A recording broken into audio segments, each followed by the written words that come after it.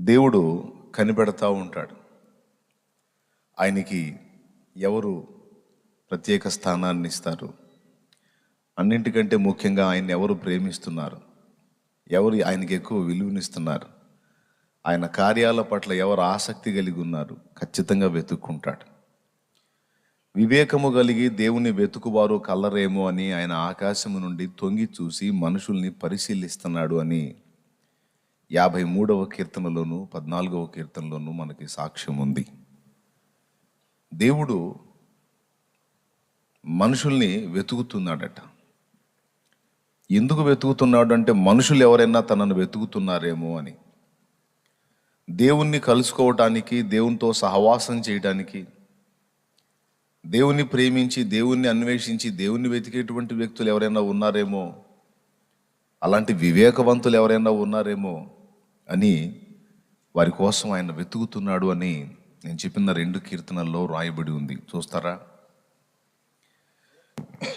దేవుడు లేడని బుద్ధిహీనులు తమ హృదయంలో అనుకుంటారు. వారు చెడిపోయిన వారు అసహ్య కార్యములు చేయుదురు. మేలు చేయువాడు ఒకడును లేడు.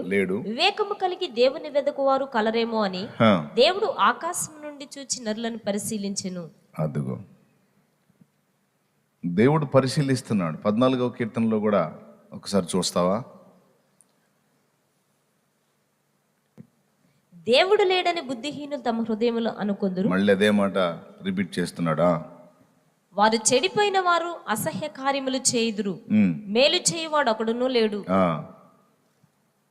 వివేకము కలిగి దేవుని వెదకువారు కలరేమో అని యెహోవా ఆకాశము నుండి చూచి నరులను పరిశీలించెను. అదిగో మళ్ళీ చెప్తున్నాడు. 2 సార్లు ఒక మాట లేఖనంలో రాయబడింది అంటే దాన్ని ప్రత్యేకంగా గుర్తించమని అర్థం. ఇక్కడ దేవుడు చెప్తున్నది ఏంటంటే తనను వెతకువారు కలరేమో, తన పట్ల ఆసక్తి కలిగిన వారు, ఆయన్ని కలుసుకోవడానికి తహతహలాడేవారు ఎవరైనా ఉంటారేమో అని దేవుడు వెతుకుతున్నాడు మానవ జాతిలో. కొంతమంది కనిపించారు, కొంతమంది అలా లేరు, కొంతమంది అలా ఉన్నారు. ప్రియులారా, ఎవరినైతే దేవుడు గుర్తించాడో వారు ధన్యులు.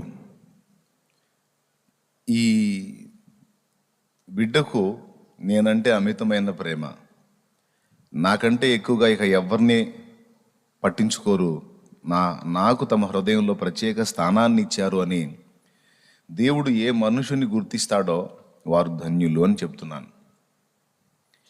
దేవునికి ఇవ్వాల్సినటువంటి గౌరవాన్ని మీరు ఇవ్వటం, ఇంత ఆసక్తిగా సేవించటం దేవుణ్ణి కొంత తృప్తి కలిగింది నాకు.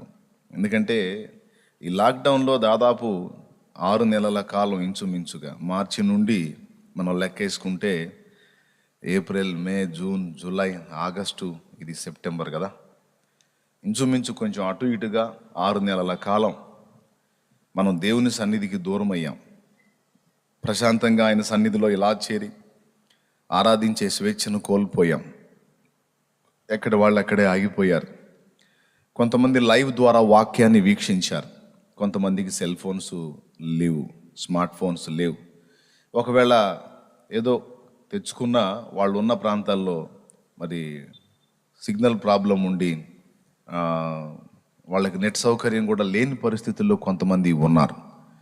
మరి ఇంతమంది ప్రజలు ఎన్ని ఇబ్బందులు పడుతున్నారో నేను చాలా భయపడ్డాను. ఒకవేళ ఆత్మీయంగా దిగజారిపోతారేమో, బలహీనపడతారేమో, దేవునికి దూరం అయిపోతారేమో అని. కానీ నేను మీకు దూరమైనా, దేవుని సన్నిధి లేక మందిరం మీకు దూరమైనా, మీరైతే దేవునికి దూరం కాలేదు అని నిరూపించుకున్నారు. ఒక సేవకుడు సేవ చేసేవాడు ఇలాంటి సందర్భాలని చూసుకున్నప్పుడు కొంత ధైర్యం తెచ్చుకుంటాడు. ఎందుకంటే కొన్ని సంవత్సరాలు దేవుని వాక్యాలు మీకు వినిపించాను, మిమ్మల్ని దేవునికి సమీపస్తులుగా తీసుకొని రావాలని నా వంతు నేను కృషి చేశా, ప్రయాసపడ్డా. దానికి సంబంధించి అనేక రకాల ఉపదేశాలు మీకు చేశా. కానీ నేను మీకు చేసినటువంటి ఉపదేశం, మీకు చెప్పిన దేవుని వాక్యం మీలో ఎంతవరకు ఫలించిందో చూసేటువంటి అద్భుత అవకాశం ఈ కరోనా పుణ్యమా అని, లాక్డౌన్ పుణ్యమా అని దొరికింది. ఒకవేళ ప్రయాసపడి నేను చల్లిన వాక్య బీజాలు మీలో ఒకవేళ లేకపోయినట్టయితే నాకు తెలిసి ఇంతమంది మళ్ళీ నాకు కనపడేవాళ్ళు కాదేమో. ఆశ్చర్యం చెప్పన, అంతకుముందన్నా కొందరే కనపడేవాళ్ళు తెల్లవారుజామున. ఇప్పుడు అందరూ నింపి పడేశారు దేవుని సన్నిధిని. అంటే ఇంకా నూతనంగా మరికొంతమంది చేర్చబడ్డారు దేవుని సన్నిధిలోకి. నాకు చాలా చాలా ప్రోత్సాహకరంగా ఉంది ఈ సన్నివేశం. ఎందుకంటే నేను ఊహించింది ఒకటి, కానీ దేవుడు నా కళ్ళ ముందు చూపిస్తున్నది మరొకటి. ఇక్కడ ఒక వాక్యం గుర్తొస్తుంది, ఏంటంటే ప్రభువునందు మీ ప్రయాస వ్యర్థం కాదు అన్న వచనం గుర్తొస్తుంది. సో నా శ్రమ వ్యర్థం కాలేదు, నా ప్రయాస వ్యర్థం కాలేదు, అది మీ హృదయంలో పనిచేస్తుంది. ఇప్పుడు భయం లేదు. ఇక నేను 6 నెలలు కాదు, ఎన్ని నెలలు దూరమైనా, ఒకవేళ సంవత్సరాలే దూరమైనా మిమ్మల్ని చెడగొట్టడం ఎవడి వల్ల కాదు. ఎందుకు కాదు అంటే మీరు దేవుని వెతికారు, దేవుని మీరు కలుసుకున్నారు. నా నుండి మీకు దేవుని వాక్యపు జీవం అందకపోయినా, దేవుని సన్నిధి మీకు కనుమరుగైనా, మీరున్న ప్రాంతాల్లోనే మీరు దేవునితో గడిపారు, దేవునితో మీరు వ్యవహరించగలిగారు, దేవునితో నడుచుకున్నారు. కాబట్టే ఇంతవరకు మీరు క్షేమంగా ఉన్నారు. నేను మీకు అన్ని వేళలా అందకపోయినా ప్రభు మీకు అందుబాటులో ఉండి మిమ్మల్ని కాపాడుతూ వచ్చాడు, మిమ్మల్ని నడిపిస్తూ వచ్చాడు, పోషిస్తూ వచ్చాడు, ఆదుకుంటూ వచ్చాడు, స్వస్థపరుస్తూ వచ్చాడు. మరణ భయాలు మిమ్మల్ని ఆవరించినాయి. తెగులు యొక్క తీవ్రతను బట్టి ఒక విధమైన ఆందోళన, కుటుంబంలో ఎవరికి ఏ సమస్య వస్తుందో, ఎవరికి ఈ ఇబ్బంది వస్తుందో అని భయం గుప్పెట్లో బ్రతికారు. ఆయన దేవుని మహాకృప చేత, ఆయన చిత్తంలో ఉన్న వారిని దేవుడు కొందరిని పిలుచుకున్నాడు. మనందరిని అయితే ఆయన కృపచేత ఇంకా బ్రతుకునిచ్చి ఆయన సేవ చేయడానికి అవకాశం ఇచ్చాడు. కాబట్టి ఇప్పుడు మీరు ఎలాగైతే ఈ భక్తి సాధనలో మనుషునిగా నేను అందినా అందకపోయినా మీరు దేవునికి అందుబాటులో ఉండి మీ భక్తిని ఎలా కాపాడుకున్నారో, ఇక ముందు కాలం కూడా మీరు అలాగునే దేవునికి అనుసంధానమై, దేవునితో అంటుకట్టబడి, దేవుని ప్రేమించి, దేవునికి ఇలాగనే దగ్గరగా ఉండి దేవునితో నడుచుకోవాలని నేను మనస్ఫూర్తిగా కోరుకుంటున్నాను. ఆయన మనతో నడుస్తాడు, మనం ఆయనతో నడవాలి. ఇది మీరు మర్చిపోకుండా, ఈ విషయంలో నేను మిమ్మల్ని గుర్తించి ప్రశంసించాను కనుక ఇది మీకు ప్రోత్సాహంగా తీసుకోండి. పొగడ్తగా కాదు, ప్రోత్సాహంగా తీసుకొని జాగ్రత్త పడండి. లైవ్లో ఉన్న వాళ్ళు కూడా కొంతమంది పాపం దూర ప్రాంతాల్లో ఉన్నారు, వాళ్ళు కలిసే అవకాశం లేదు. ఆశ్చర్యం చెప్పన, ఆదివారం ఆరాధన మళ్ళీ స్టార్ట్ అయిన తర్వాత దేవుడు నాకు ఇచ్చిన ఆత్మలు మొత్తం తిరిగి గ్యాదర్ అవుతూ ఉన్నారు. కానీ లైవ్లో ఇంకా అనేక మందిని దేవుడు నాకు అనుగ్రహించాడు. అనేక మంది బిడ్డలు నా ద్వారా ప్రభు జరిగిస్తున్నటువంటి పరిచర్యను గుర్తించి దేవాసక్తి కలిగి అనేక మంది అందుబాటులోకి వచ్చారు. వాళ్ళు ఎంతో సంతోషంగా ఫీల్ అవుతున్నారు. ఈ లాక్డౌన్లో మాకు సమస్యలు అనుకున్నాం, కానీ ఒక మేలు దేవుడు మాకు చేశాడు. ఏంటంటే శాలేమానను మాకు పరిచయం చేశాడని వాళ్ళు దేవుని మహింపరుస్తూ ఉన్నారు. పిల్లరా, ఈ కార్యాలన్నిటిని బట్టి నేను ఎంతగానో దేవుని మహింపరుస్తున్నాను. ఇక వాక్య ధ్యానంలోనికి మనం వెళదాం. బైబిల్ గ్రంథంలో ప్రత్యక్ష గుడారాన్ని నిర్మించమని మోషేతో దేవుడు చెప్పినప్పుడు మోషేకి ప్రత్యక్ష గుడారంలో ఉండవలసినటువంటి ఉపకరణాలన్నింటినీ కూడా స్పష్టపరిచాడు. 3 భాగాలుగా ప్రత్యక్ష గుడారాన్ని నిర్మించాలి. ఆవరణం, పరిశుద్ధ స్థలం, అతి పరిశుద్ధ స్థలం.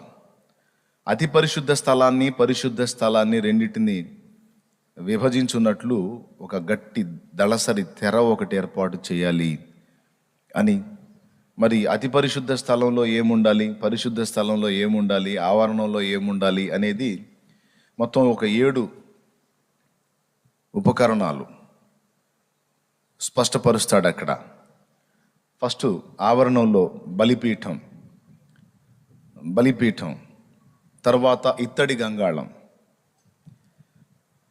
అది ఆవరణంలో. దాటి పరిశుద్ధ స్థలంలోకి వెళితే పరిశుద్ధ స్థలంలో దీపస్తంభం, ధూపవేదిక, సన్నిధి రొట్టెల బల్ల, ధూపవేదిక, దీపస్తంభం, ఈ 3, బయట 2, లోపల 3, మొత్తం 5. ఇక అతి పరిశుద్ధ స్థలంలో సాక్ష్యపు మందసం మీద కరుణాపీఠం, 2 కెరూబుల మధ్య భాగం కరుణాపీఠం, అవి 2, మందసం, కరుణాపీఠం, మొత్తం కలిపితే 7. ఈ 7 ఒక్కొక్క దానిలో కూడా ప్రభు యొక్క పోలిక మనం చూడొచ్చు.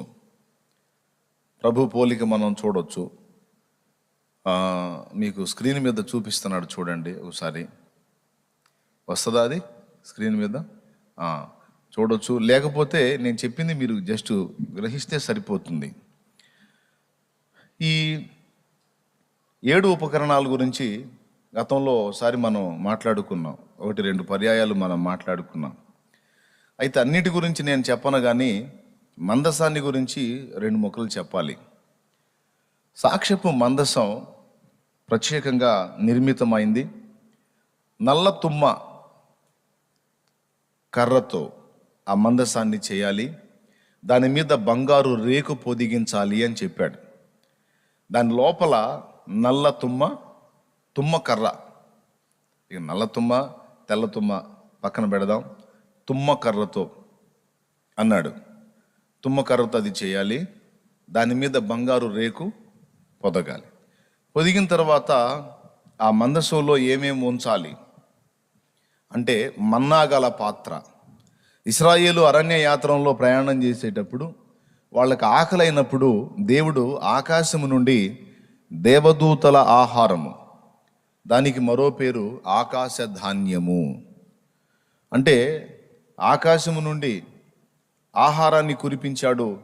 ప్రతిరోజు ప్రొద్దున్నే లేచి ఈ పాత్రలు చేతపుచ్చుకొని వాళ్ళు తమ పాళెము చుట్టూ తిరిగి ఆ మన్నాను సమకూర్చుకోవాలి. వాస్తవంగా వాళ్ళు కష్టపడి వ్యవసాయం చేసి పంట పండించలేదు, దేవుడే వారికి ఆహారం పెట్టాడు. ఆకాశం నుండి ఏ రోజుకి ఆ రోజు తెల్లవారుగానే వాళ్ళకి ఆహారం రెడీ అయిపోయేది. వాళ్ళకి ఎండ దెబ్బ తగలకుండా ఆయన మేఘస్తంభమై ఉండి లోకం మొత్తానికి ఎండగాస్తే తన ప్రజలకు ఇశ్రాయేలు మేఘపు నీడలో నడిచేటట్టు దేవుడు సహాయం చేశాడు. రాత్రి వేళల్లో లోకం మొత్తానికి చీకటి, కానీ తనను ప్రేమించే తన ప్రియ పిల్లలకు ఆయన అగ్నిస్తంభమై నిలిచి వాళ్లకు అంధకారం లేకుండా పట్టపగల్లాగా వాళ్ళకి వెలుగుగా నిలబడ్డాడు. వాళ్ళకి ఆ దాహం వేసినప్పుడు బండ నుండి మధుర జలాన్ని రప్పించి వాళ్ళ దాహార్తి తీర్చాడు. దాదాపు 40 సంవత్సరాల ప్రయాణంలో వాళ్ళ వస్త్రాలు పాతగిల్లలేదు, వాళ్ళ చెప్పులు అరిగిపోలేదు. అంటే మీరు ఊహించండి ఎంత ఆశ్చర్యమైన కార్యాలు చేస్తూ వచ్చాడో. వారి ప్రయాణంలో వారి ఎదుట ఏ శత్రువుని కూడా నిలవనీయకుండా తరిమి కొట్టి వారికి జయ జీవితాన్ని ప్రసాదించాడు. కొంత దూరం మోషే చేత, తరువాత యెహోషువ చేత వారిని నడిపించి వాగ్దాన దేశంలోకి వారిని చేర్చి వాళ్ళకు స్వాస్థ్యాన్ని పంచిచ్చాడు. అలా వాళ్ళు అక్కడికి చేరి దేవుడు చేసిన కార్యాలను మరవకుంటున్నట్లు కొన్ని కట్టడలను, కొన్ని పండుగలను దేవుడు ఏర్పాటు చేశాడు. 7 పండుగలు. దాని గురించి కూడా ఒకసారి మాట్లాడుకున్నాం. ప్రభు చిత్తమైతే మరోసారి మళ్ళీ గుర్తు చేసుకుందాం, ద్వితీయోపదేశం లాగా. అయితే మనిషి ఎప్పుడైతే తనకు దేవుడు చేసిన కార్యాలు మర్చిపోతాడో పతనం అవుతాడు. అవతలి వాడు చేసిన మేలు గుర్తున్నంత వరకు కృతజ్ఞత కలిగి వ్యవహరిస్తాం. ఎప్పుడైతే మర్చిపోతామో పాడైపోతాం. అందుకే దేవుని కార్యాలు మరవకుండున్నట్లు ఏటా వాళ్ళకు నియామక కాలాలు ఏర్పాటు చేసి, పండుగలను ఏర్పాటు చేసి, ఇశ్రాయేలు ఐగుప్తులో ఎన్ని రకాల బాధలు పడ్డారో, మార్గంలో ఎన్ని ఇబ్బందులు పడ్డారో వాటన్నిటికీ గుర్తుగా కొన్ని పండుగలను దేవుడు ఏర్పాటు చేశాడు. ఎందుకు అంటే దేవుడు వారికి ఎట్టి కార్యాలు చేశాడు అవి ఎప్పటికీ వాళ్ళు మర్చిపోకుండా వాళ్ళు వాళ్ళ తర్వాత తరాలు కూడా గుర్తుపెట్టుకోవడానికి తరతరాలకు కట్టడగా పండుగలను ఏర్పాటు చేశాడు. వాటితో పాటు మందసంలో కూడా కొన్ని విషయాలు ఉంచాడు. ఆ మందసంలో ఏముంచబడింది అంటే మన్నా గల పాత్ర, అహరోను చిగిర్చిన చేతికర్ర, అలాగే దేవుని 10 ఆజ్ఞలు కలిగిన పలకలు. ఇవి మందసంలో ఉంచబడ్డాయి. ఈ మందసం మరి చాలామంది దైవజనులు అది యేసుక్రీస్తుకు సాదృశ్యంగా ఉంది అని వ్యాఖ్యానించారు. నిజమే, మందసం మనకి సాదృశ్యంగా ఉంది, ప్రభువు కూడా అది సాదృశ్యంగా ఉంది. మనకెలా సాదృశ్యంగా ఉంది, ప్రభువుకి ఎలా సాదృశ్యంగా ఉంది అనేది మనం పోల్చుకొని చెప్పుకోవచ్చు. మనకెలా సాదృశ్యంగా ఉంది అంటే, నల్ల తుమ్మ కర్రతో దాన్ని చేసి దాని మీద బంగారు రేకు పొదిగించాలి అని కదా మందసం యొక్క నిర్మాణాన్ని గురించి మాట్లాడింది దేవుడు. దీని గురించి మనం ఎలా చెప్పుకోవచ్చు, వాస్తవానికి మనం క్రీస్తుకు వెలుపట అంటే ప్రభువుని కొంచెం పక్కన పెట్టి చూస్తే మనం ఏందో మనందరికీ తెలుసు. ఒకసారి ప్రభువుకి స్తోత్రం చెప్పండి, హల్లెలూయా. యేసుక్రీస్తు ప్రభువుని కొంచెం మన నుంచి పక్కన పెట్టి చూస్తే మనమేంటో మన బ్రతుకేంటో ఎవరికి వాళ్ళు చెప్పొచ్చు. తుమ్మ, చేదు, తుమ్మ, నలుపు, నల్ల తుమ్మ చెక్కతోనే నాకు తెలిసి ఈ పెట్టెలు గట్రా నిర్మాణాలు చేస్తారు. అవునా? దానికి నల్ల తుమ్మ వాడతారా, తెల్ల తుమ్మ వాడతారా? చెక్క పని చేస్తావుగా, నల్ల తుమ్మ ఎక్కువ వాడతారు. కాబట్టి మందసం బాక్సు నాకు తెలిసి నల్ల తుమ్మతోనే చేయబడి ఉండవచ్చు.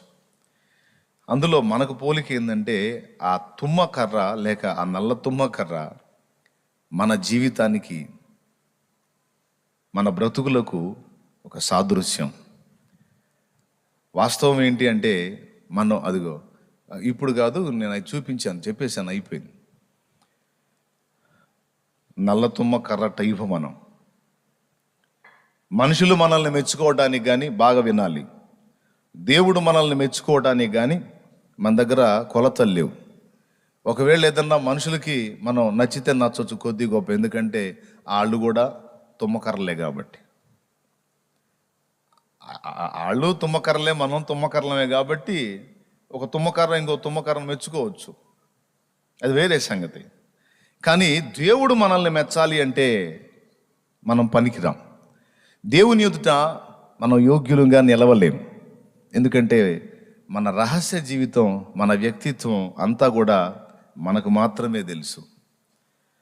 ఒక మానసిక శాస్త్రవేత్త ఒకడు అన్నాడు, ఒకడులో కలిగేటువంటి ఆలోచనలు, ఒక మనిషిలో కలిగే ఆలోచనలు ప్రక్కవాడికి తెలిస్తే, వీడి ఆలోచనలన్నీ ప్రక్కవాడితో పంచుకుంటే, వీడి ఆలోచనలన్నీ విన్నవాడు ఈ చెప్పిన వాడిని 11 సార్లు హత్య చేస్తాడని చెప్పాడు.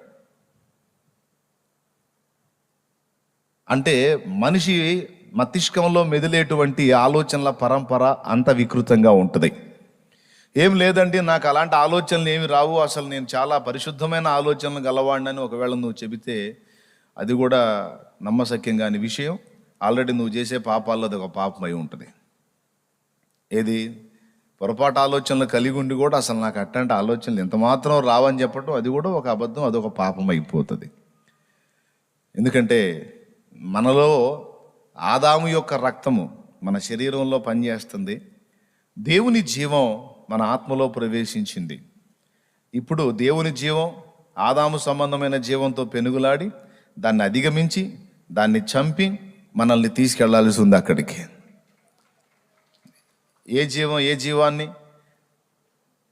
వాక్యమును అక్షయ బీజము ద్వారా తిరిగి జన్మించిన మనలోనికి దేవుని జీవం ప్రవేశించింది.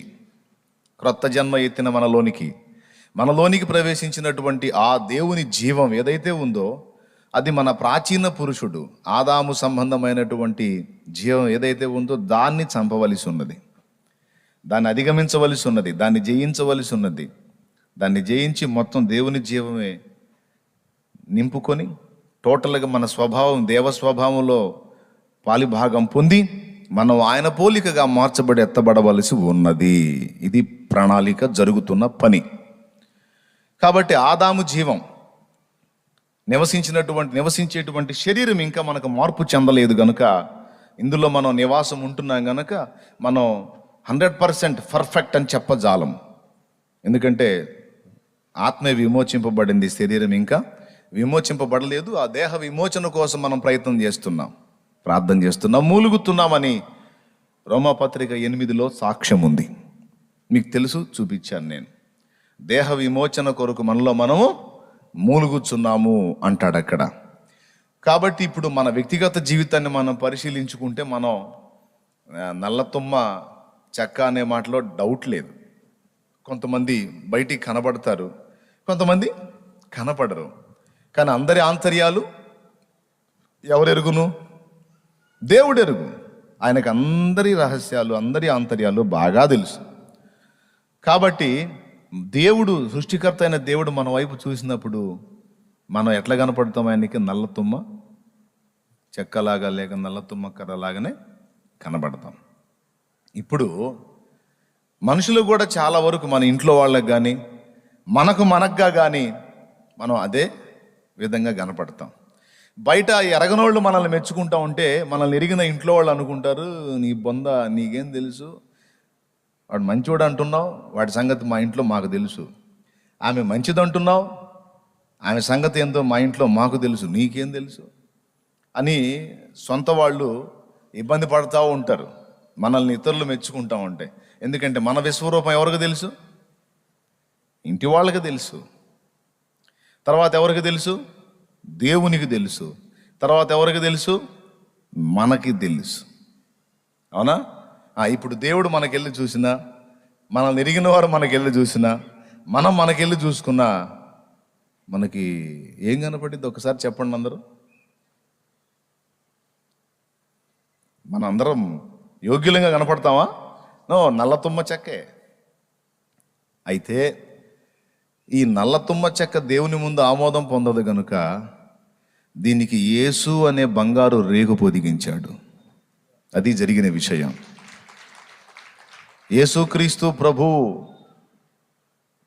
అనే బంగారు రేకు పొదిగించి ఈ నలుపును లోపల కప్పిపడేశాడు. మొత్తం పైన బంగారు వర్ణం పొదిగాడు.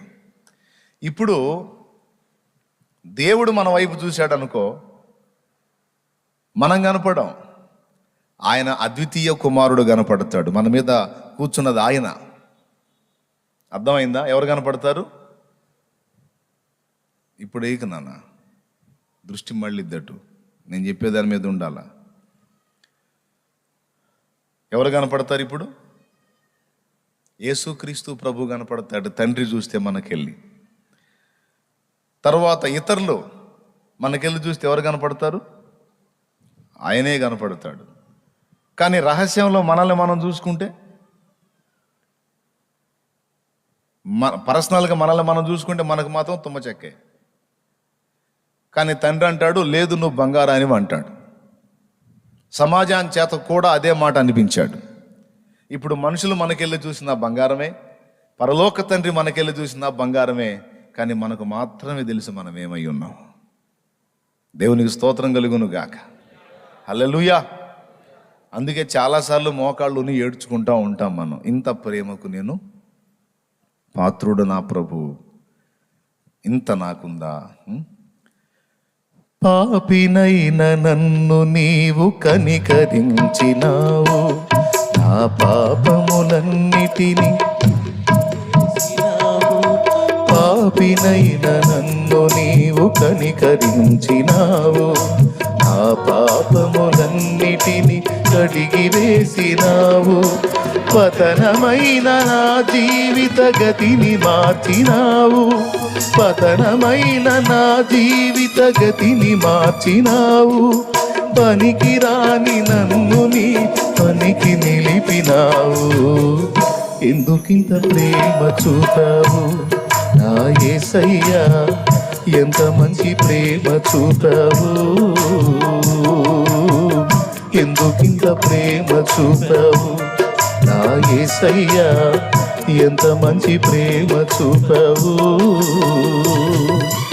ఎన్నతగని నన్ను ఎన్నుకున్నావు, ఎందుకింత ప్రేమ చూపావు నా యేసయ్యా, ఎంత మంచి ప్రేమ చూపావు. ఎందుకింత ప్రేమ చూపావు నా యేసయ్యా, ఎంత మంచి ప్రేమ చూపావు, ఎన్నతగని నన్ను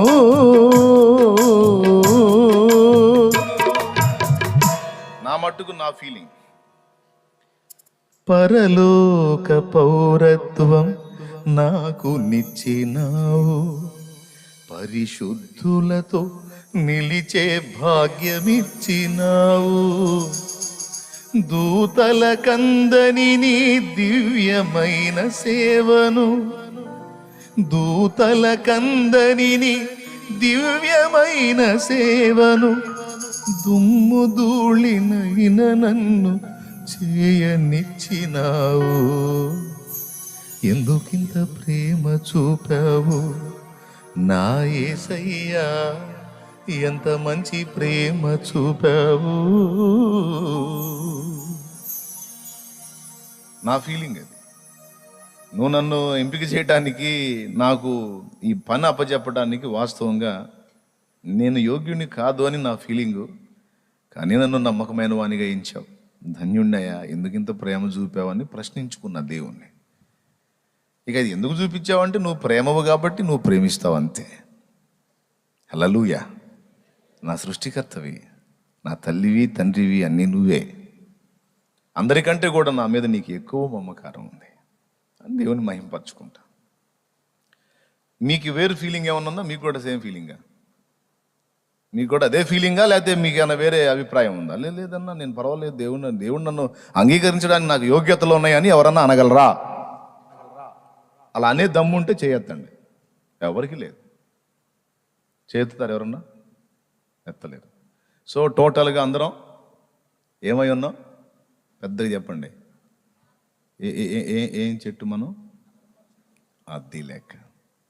ఇప్పుడు యేసు అనే బంగారు రేకు మన మీద పొదిగిన తర్వాత ఇప్పుడు మనం యేసును బట్టి పరిశుద్ధులం. అర్థమైందా? పరిశుద్ధుడవు, నీతిమంతుడవు, పాపపు వస్త్రము మార్చిన దేవా, పరిశుద్ధుడవు, నీతిమంతుడవు, పాపపు వస్త్రము మార్చిన దేవా, ప్రాపుగ రక్షణ వస్త్రమిచ్చితివి,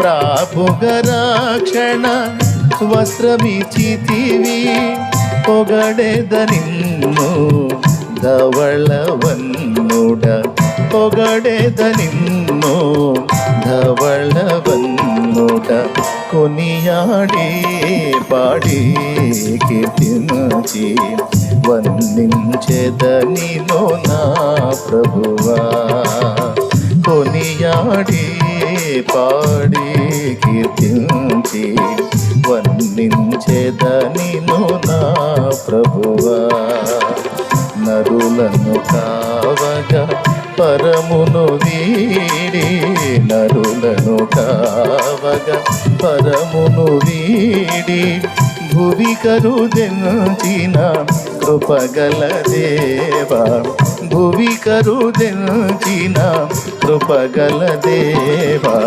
కొనియాడి పాడి కీర్తించి వందించెదనిను నా ప్రభువా.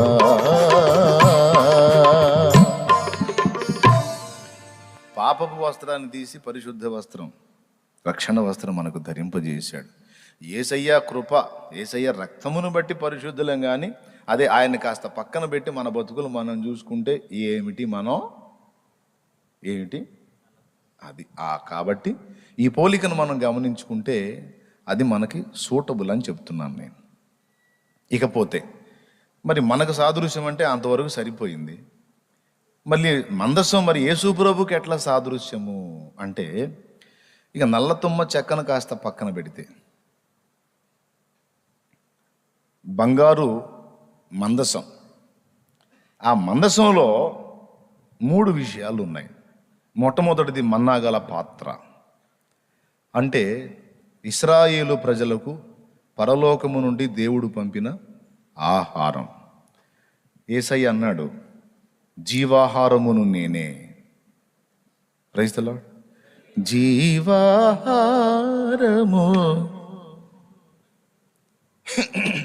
చర్చి మీద వినపడతా ఉండేది నేను అన్నిటిగా లోకంలో ఉన్నప్పుడు. ఆదివారం పొద్దున్నే మైక్ గోటాల్లోంచి వినపడతా ఉండేది, జీవజలము నీవేనని, జీవాహారము నీవని. యేసు ప్రభువు మనకు జీవాహారమై ఉన్నాడు. పితరులు మన్నాను తిని నన్ను చనిపోయి, ఇదిగో నన్ను తినువాడు నా మూలముగా జీవించును. ఇదిగో జీవాహారమును నేనే, నా శరీరము నిజమైన ఆహారము, నా రక్తము నిజమైన పానము అని ప్రభువు కూడా తన్ను పరలోకము నుండి పంపబడిన ప్రత్యేక ఆహారంగా కనపరుచుకున్నాడు. మన్నా ఇశ్రాయేలుకు ఆహారమైంది. ఆ మన్నా యేసుక్రీస్తుకు సాదృశ్యం, జీవాహారమైన క్రీస్తుకు సాదృశ్యంగా కనబడుతుంది. ఒకటి. రెండవది అహరోను చిగిర్చిన చేతికర్ర. దీనికి రెండు సూచనలు చెప్పుకోవచ్చు.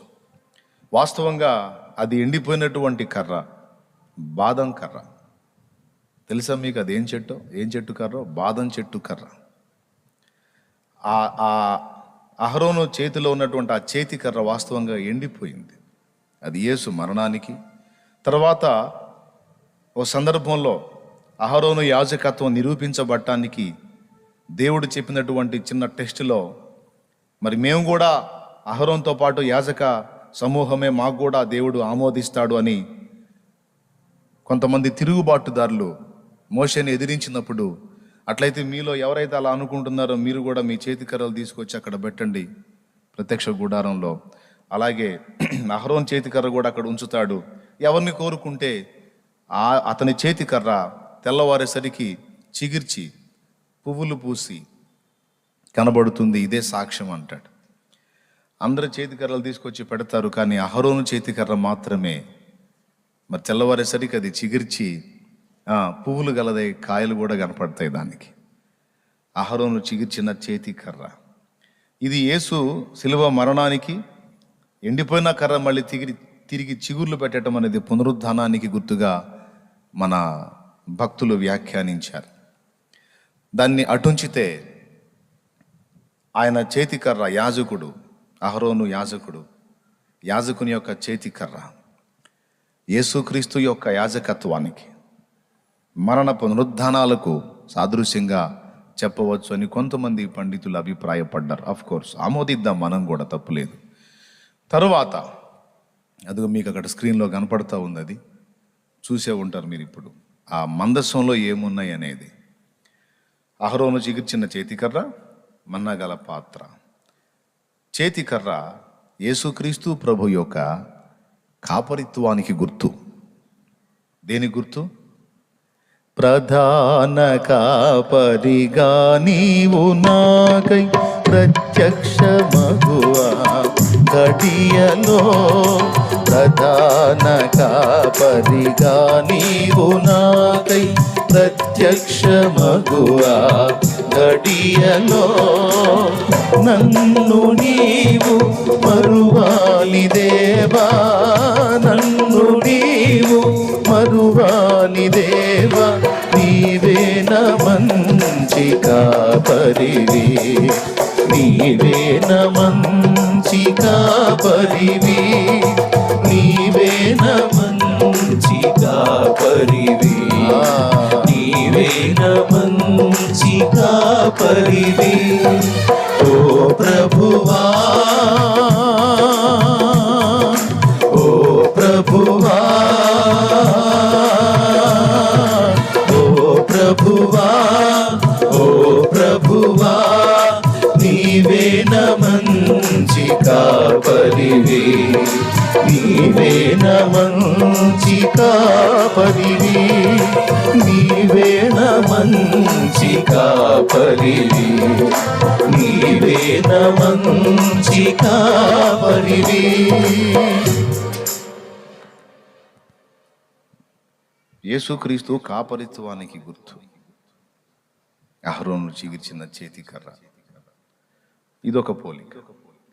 కాబట్టి అది కూడా యేసునే సూచిస్తుంది. మన్నా గల పాత్ర జీవాహారమైన క్రీస్తును సూచిస్తుంది. ఇకపోతే 10 ఆజ్ఞల పలకలు. ధర్మశాస్త్రం అంతా కూడా తన యందు నెరవేర్చి సంపూర్తి చేసిన ఒకే ఒక వ్యక్తి ప్రభువైన యేసుక్రీస్తు. దేవుని చేత పలికించబడిన ధర్మశాస్త్రములో సమస్తము కూడా సంపూర్ణంగా నెరవేర్చే వరకు ఒక అచ్చైన పుల్లైన తప్పిపోదు అని యేసయ్య చెప్పాడు. ధర్మశాస్త్రాన్ని సంపూర్ణంగా నెరవేర్చుటకే గాని కొట్టివేయుటకు రాలేదు అని ప్రభు మాట్లాడాడు. దేవుని 10 ఆజ్ఞలు కావచ్చు, ధర్మశాస్త్ర సంబంధమైనటువంటి క్రియలన్నీ కూడా సంపూర్ణంగా ఎవని యందు నెరవేరినాయి అంటే మీరందరూ చెప్పాలి, ఒక్క యేసుక్రీస్తు ప్రభువులో మాత్రమే.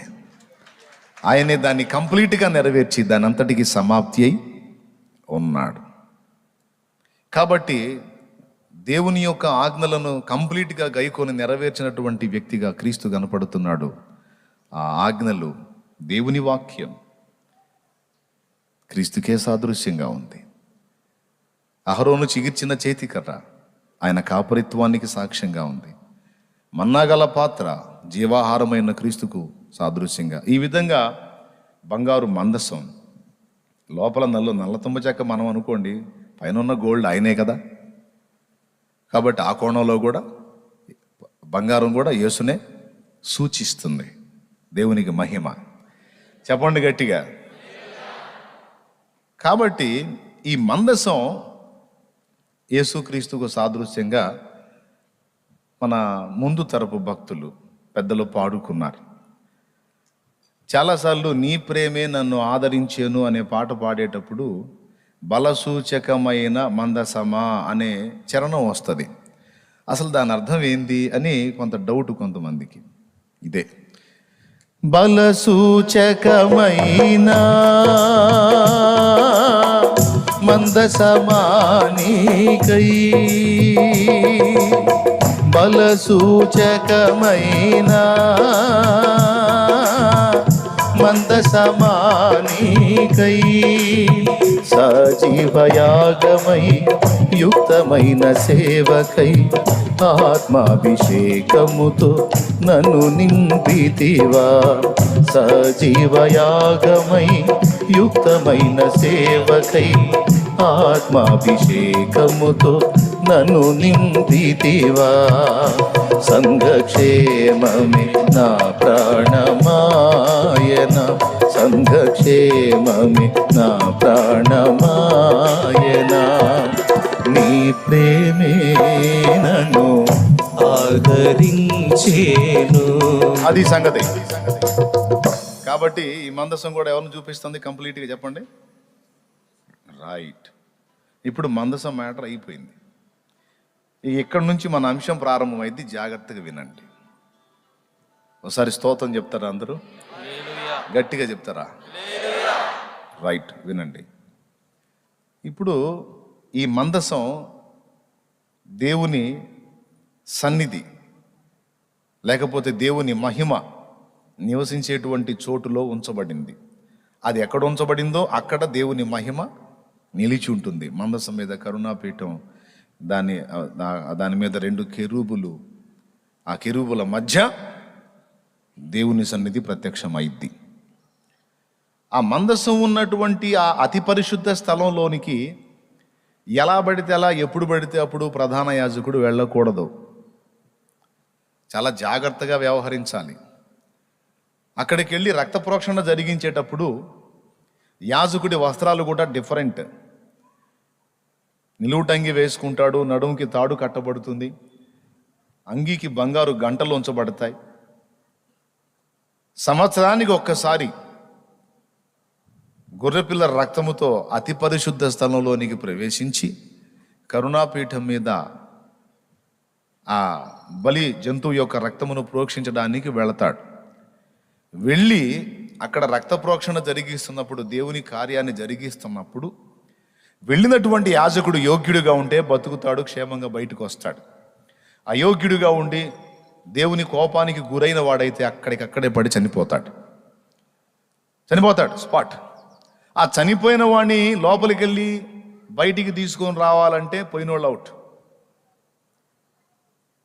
అతి పరిశుద్ధ స్థలంలోనికి ఎవరు పడితే వాళ్ళు వెళ్ళకూడదు. యాజకుడు కూడా జాగ్రత్తగా జీవించేవాడై ఉండి వెళ్ళాలి. ఏమాత్రం దేవునికి అభ్యంతరకరంగా జీవించిన వాడైతే అక్కడికక్కడే చనిపోయే అవకాశం ఉంది. అందుకని ఈ గంటలు ఎందుకంటే లోపల రక్త ప్రోక్షణ జరిగిస్తున్నప్పుడు అటు ఇటు సంచరిస్తూ ఉంటాడు దేవుణ్ణి మహింపరుస్తూ.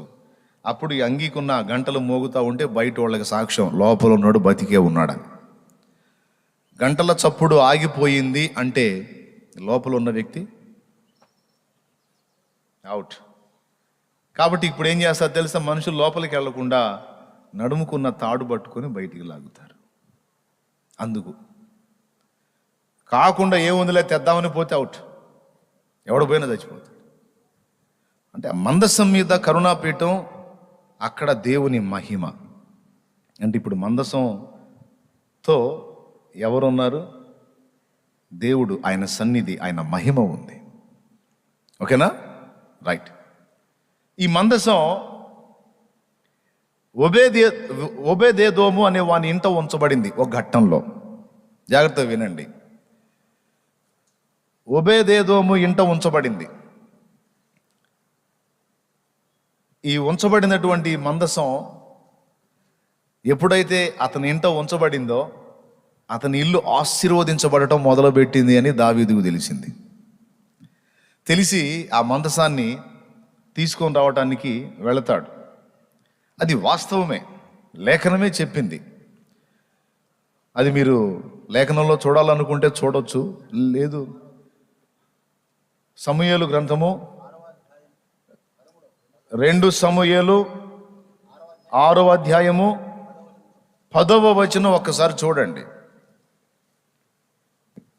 త్వరగా, లేట్ చేయొద్దు. యెహోవా మందసము దావీదుపురములోనికి తన యొద్దకు తెప్పింపనలక గిత్తీయుడగు ఒబేదేదోము ఇంటి వరకు తీసుకొని అచ్చట ఉంచెను. యెహోవా మందసము 3 ఎందుకు అక్కడ ఉంచాడంటే ఒక చిన్న విషయం జరిగింది. అంతకుముందు మరో ప్లేస్లో ఉంది మందసం. ఆ మందసాన్ని దావీదు తనున్న ప్రాంతానికి తీసుకొని రావాలని వెళ్ళి ఎడ్ల బండిని చేయించి ఎడ్ల బండి మీద మందసాన్ని పెట్టి తీసుకొని రావడానికి ప్రయత్నం చేశాడు. ఎవరు? మన దావీదు గారు. తీసుకొని రావడానికి బయలుదేరి కొంచెం దూరం తీసుకొచ్చినాక ఈ ఎడ్లకి కాలు జారింది. బండి మీద మందసం ఉంది, ఎడ్ల బండి మీద ఎడ్లు లాగుతున్నాయి. ఆ పోయే పరంపరలో కాలు జారింది. ఎడ్లకి కాలు జారినప్పుడు మందసము పడబోయింది. అప్పుడు ఉజ్జా అనేవాడు చెయ్యి చాపి మందసాన్ని పట్టుకున్నాడు పడకుండా. ఉజ్జా అనేవాడు చెయ్యి చాపి పట్టుకున్నాడు మందసాన్ని. ఎప్పుడైతే పట్టుకున్నాడు అక్కడికక్కడే చచ్చిపోయాడు. అవుట్. ఆ స్థలానికి పెరేజ్ ఉజ్జా అని పేరు. అర్థమైందా? చచ్చిపోయాడు దెబ్బకి. అది చూసి దావీదుకు దడొచ్చింది. అమ్మ, పట్టుకుంటేనే, అది కూడా ఎందుకు జారతుందని చేతులతో పట్టుకున్నాడు. అతడు చేసిన తప్పేంటి? ఆ మాత్రానికే చంపేయాలా? అమ్మో, ఎంతో చతురు కాదు, ఎందుకు వచ్చిన గొడవ అని భయపడ్డాడు. అసలు పొరపాటు ఏం జరిగిందో ఆలోచించాలా. పొరపాటు ఏంటంటే మందసాన్ని ఎలా తీసుకెళ్లాలో అలా తీసుకెళ్ళాలి. మందసాన్ని లేవీయులు భుజాల మీద మొయ్యాలి, ఎడ్లు కాదు, ఎడ్ల బండి కాదు. కొన్నిసార్లు మనం దేవుని పనే కదా, దేవుడి కోసమే కదా, మంచి పనే కదా అని చేస్తాం. కానీ దేవుని పని అయినా, దేవుని సేవే అయినా, దేవుని కార్యమే అయినా దేవుని కట్టడలో చేయాలి, దేవుని నీతి నియమాల్లో చేయాలి. మన బుర్రకు తోచినట్టు, మన ఇష్టం వచ్చినట్టు మనం కాదు. వాక్య కొలమానాన్ని పెట్టుకొని దాని ప్రకారం ప్రయాణం చేస్తే మనకు క్షేమం. నేను దేవుని పనే చేస్తున్నాను, దేవుని సేవే చేస్తున్నానని ఈ కొలమానం, వాక్యం అనే కొలమానాన్ని దాటి అవతలకి వెళితే చాలా ప్రమాదం, చాలా ప్రమాదం. అలా చెయ్యకూడదు. కానీ కొంతమంది ఓవర్, నేను దేవుని పనే చేస్తున్నాను, దేవుని కోసమే చేస్తున్నాను, ఇది మంచేగా. నో, లెక్కలు ఉన్నాయి. దేవుని లెక్కల్లో చేయాలి. ఎడ్లు కాలు జారిందని మందసం పట్టుకుపోతే ఆన్ ది స్పాట్ చనిపోయాడు. కారణం ఏంటి అంటే ఉజ్జా తప్పు సగం అయితే దావీదు తప్పు సగం ఉంది. ఎలా తీసుకెళ్తావు నువ్వు నా మందసాన్ని? తెలియదా నీకు? నా గ్రంథంలో నువ్వు చదవలేదా? నువ్వు ఎరగవా? ఎలా తీసుకెళ్ళాలి? ఎట్లా పడితే అట్లా తీసుకెళ్తావా? ఎలా పడితే అలా చేస్తావా? చంపేస్తా అని ఒక వార్నింగ్ అనమాట. దడుచుకొని ఒబేదేదోము ఇంటికి చేర్చాడు. పోతే ఆయనే పోతాడులే, నాకెందుకు వచ్చిన గొడవ అని అతని ఇంటికి చేర్చి వెళ్ళిపోయాడు. వెళ్ళిపోయిన కొద్ది రోజులకి వార్త వచ్చింది. మందసం ఎప్పుడైతే ఒబేదేదోము ఇంట్లోనికి వెళ్ళిందో నాటి నుండి అతని ఇల్లు ఆశీర్వదించబడింది. అతడు సంపన్నుడైపోయాడు అన్ని విషయాలలో. అతడు చూడండి అక్కడ అతని ఇంటి వారిని అందరినీ కూడా దేవుడు ఆశీర్వదించాడట. యెహోవా మందసము 3 నెలలు గిత్తీయుడగు ఒబేదేదోము ఇంటిలో ఉండగా యెహోవా ఒబేదేదోమును అతన్ని ఇంటి వారిని అందరినీ ఆశీర్వదించాను. అతన్నే కాదు, అతని సంబంధులు కూడా దీవించబడ్డారు.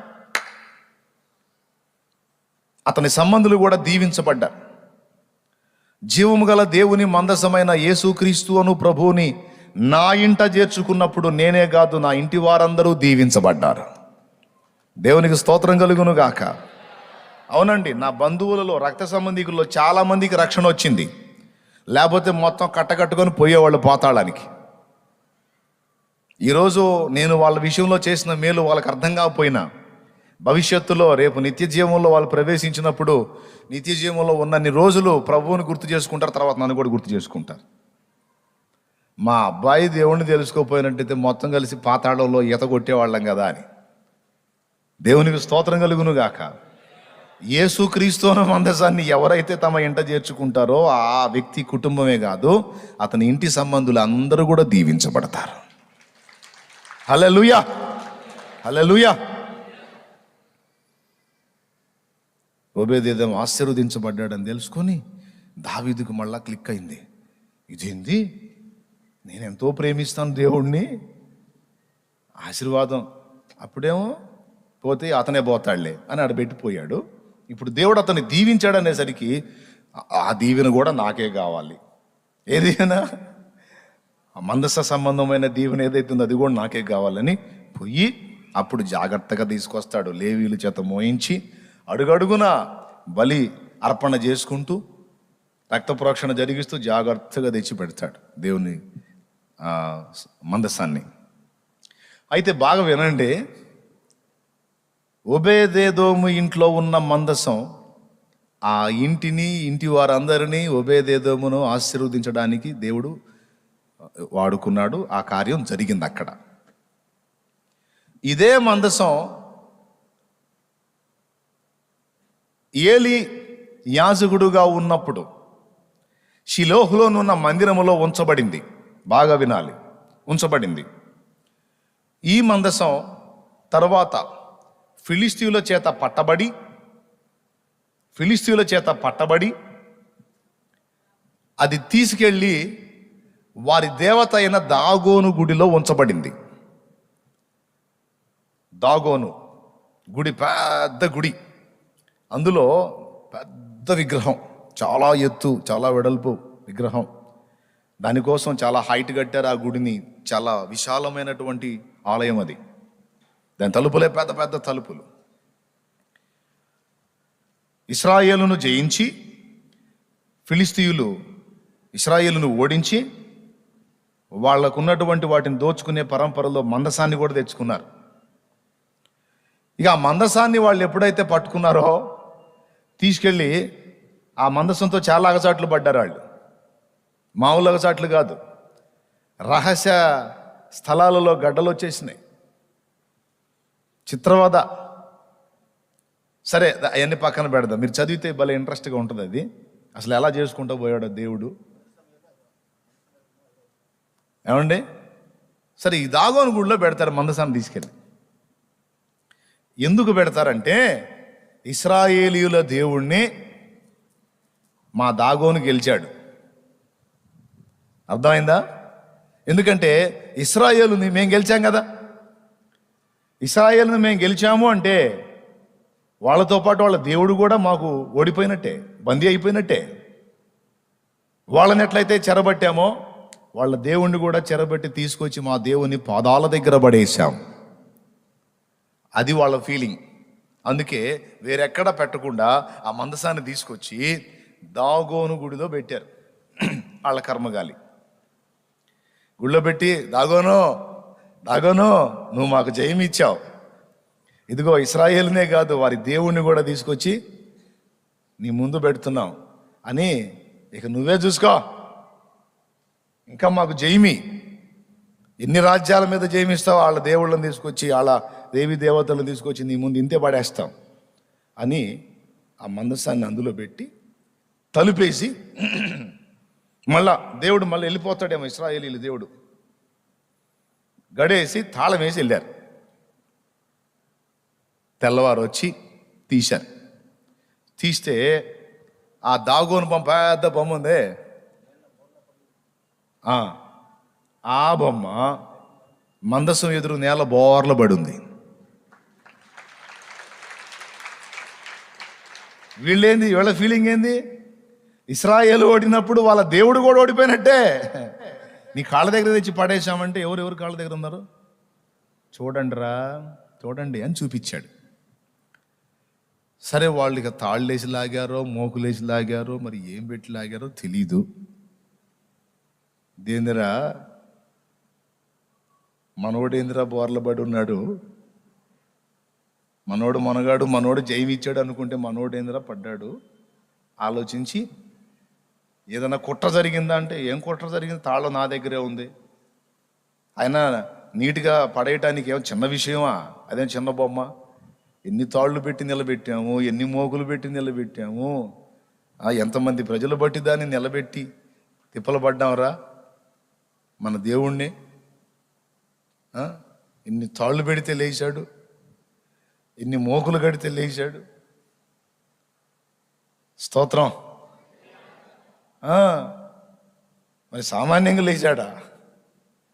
ఊరు బడి లేపాం కదరా.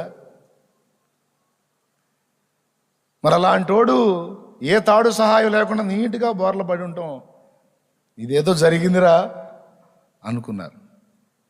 మందసంఖ్యలో అనుమానంగా చూశారు, ఏదో ప్రాబ్లం అయిందని. సరే, అయిపోయింది. మళ్ళీ మరుసటి రోజు తలుపేశారు, నిలబెట్టుకున్నారు. పాపం మళ్ళీ తాళ్ళు పెట్టి మోకులు పెట్టి ఇలాగి మొత్తాన్ని నిలబెట్టుకున్నారు. ఊరంతా వచ్చి పడి, మనకి అదే కదా, నిలబెట్టినా ఊరు పడాల్సిందే, పడేసినా ఊరు మొత్తం కలిసి అన్నట్టు. ఇక వాళ్ళు పడేసే పని లేకుండా అదే పడింది. లేపారు. మళ్ళా లేపి నిలబెట్టి, దాగోనో పరువు దీవాకు నువ్వు జాగ్రత్త అని మళ్ళా తలుపేసి తాళం వేసి గేడేసి వెళ్ళారు. ఇక మరుసటి రోజు వచ్చి చూస్తే ఈ తల మళ్ళీ పడింది. పడి ఈ తల కట్ అయి ఉంది, ఈ చేతులు జాయింట్లు కట్ అయినాయి, కాళ్ళు కట్ అయినాయి. ఇక వాళ్ళు నిలబెట్టడానికి వీలు లేకుండా ఉంది. అప్పుడు అర్థమైంది వాళ్ళకి, ఇశ్రాయేలును గెలిచాం కానీ ఇశ్రాయేలు దేవుణ్ణి ఎప్పటికీ గెలవలేవురా. హల్లెలూయా, హల్లెలూయా, హల్లెలూయా. బల శౌర్యము గల నా యేసయ్యా, శతకోటి సైన్యములైన నీకు సాటి అగుదురా. బల శౌర్యము గల నా యేసయ్యా, శతకోటి సైన్యములైన నీకు సాటి అగుదురా. మానవే నీ సాహస కార్యములు ఎన్నడు, ధైర్యముగా నిన్ను వెంబడింతును. మానవే నీ సాహస కార్యములు ఎన్నడు, ధైర్యముగా నిన్ను వెంబడింతును. సర్వాధికారివి, సర్వజ్ఞుడవు, సంపూర్ణ సత్య స్వరూపివి నీవు. సర్వాధికారివి, సర్వజ్ఞుడవు, సంపూర్ణ సత్య స్వరూపివి నీవు. దివిలోనున్న ఆనందమును ధరణిలో నేను అనుభవింప మహిమాత్మతో నన్ను నింపితివా. దివిలోనున్న ఆనందమును ధరణిలో నేను అనుభవింప మహిమాత్మతో నన్ను నింపితివా. స్తోత్రం. మహిమాత్మతో నన్ను నింపితివా. దేవునికి మహిమ.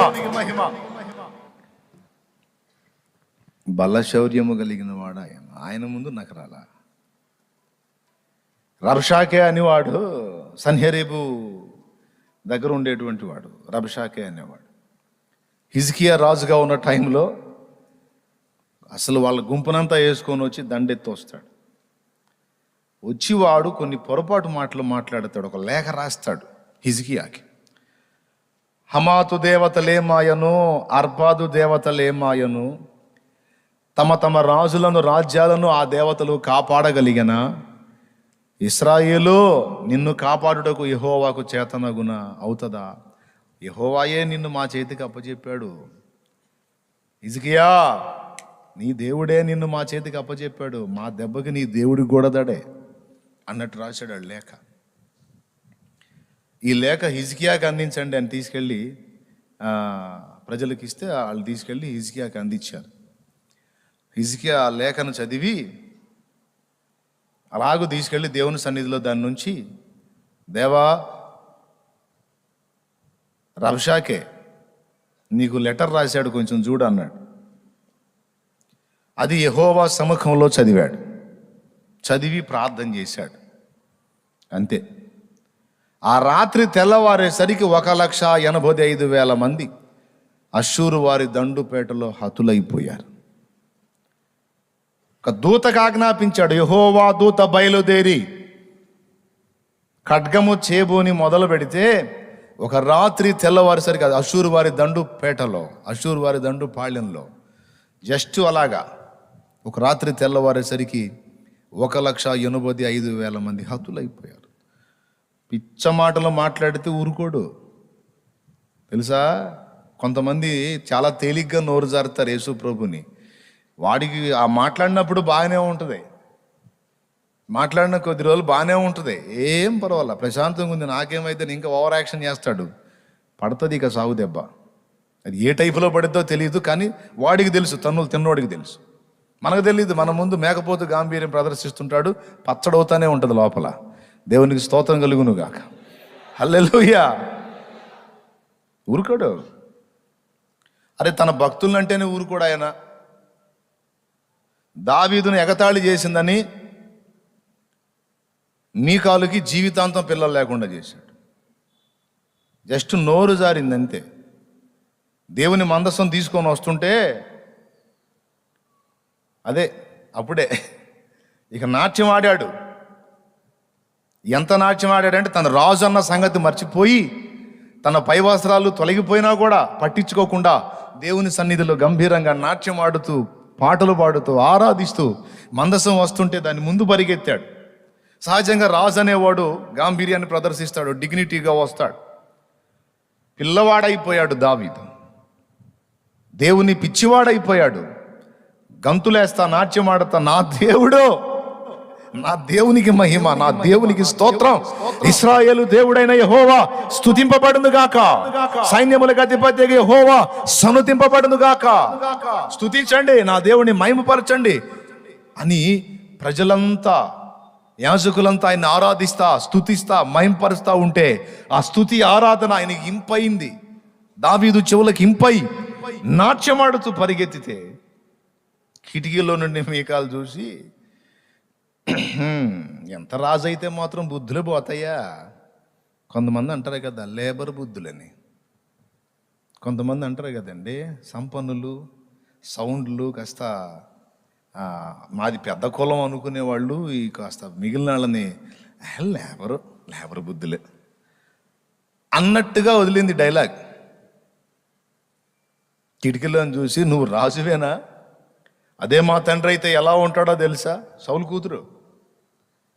నీ బుద్ధి మారలేదు. ఏదో రాజవస్త్రాలు వచ్చినాయి కానీ ఒంటి మీదకి అవి కూడా నిలవలేదు. ఒక దాసుని కంటే హీనంగా పైనున్న వస్త్రాలు కూడా పోయేది కానకుండా ఎగురుతున్నావు, సిగ్గులేదు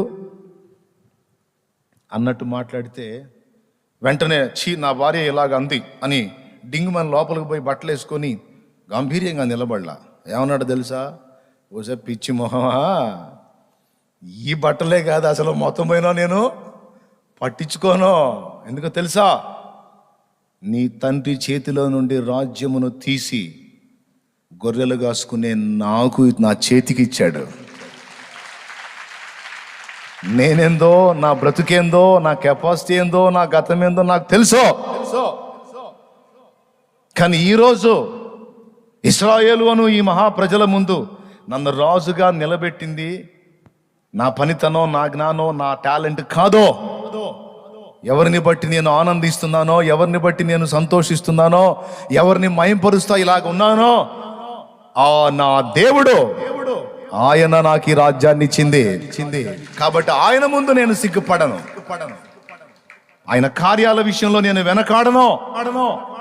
ఈ వస్త్రాలు కూడా పోయి ఓన్లీ మొల మీద వస్త్రం మాత్రం ఉన్నా సరే నేను నాట్యం ఆడుతాను, నా దేవుని సన్నిధిలో ఆరాధిస్తాను, ఆనందిస్తాను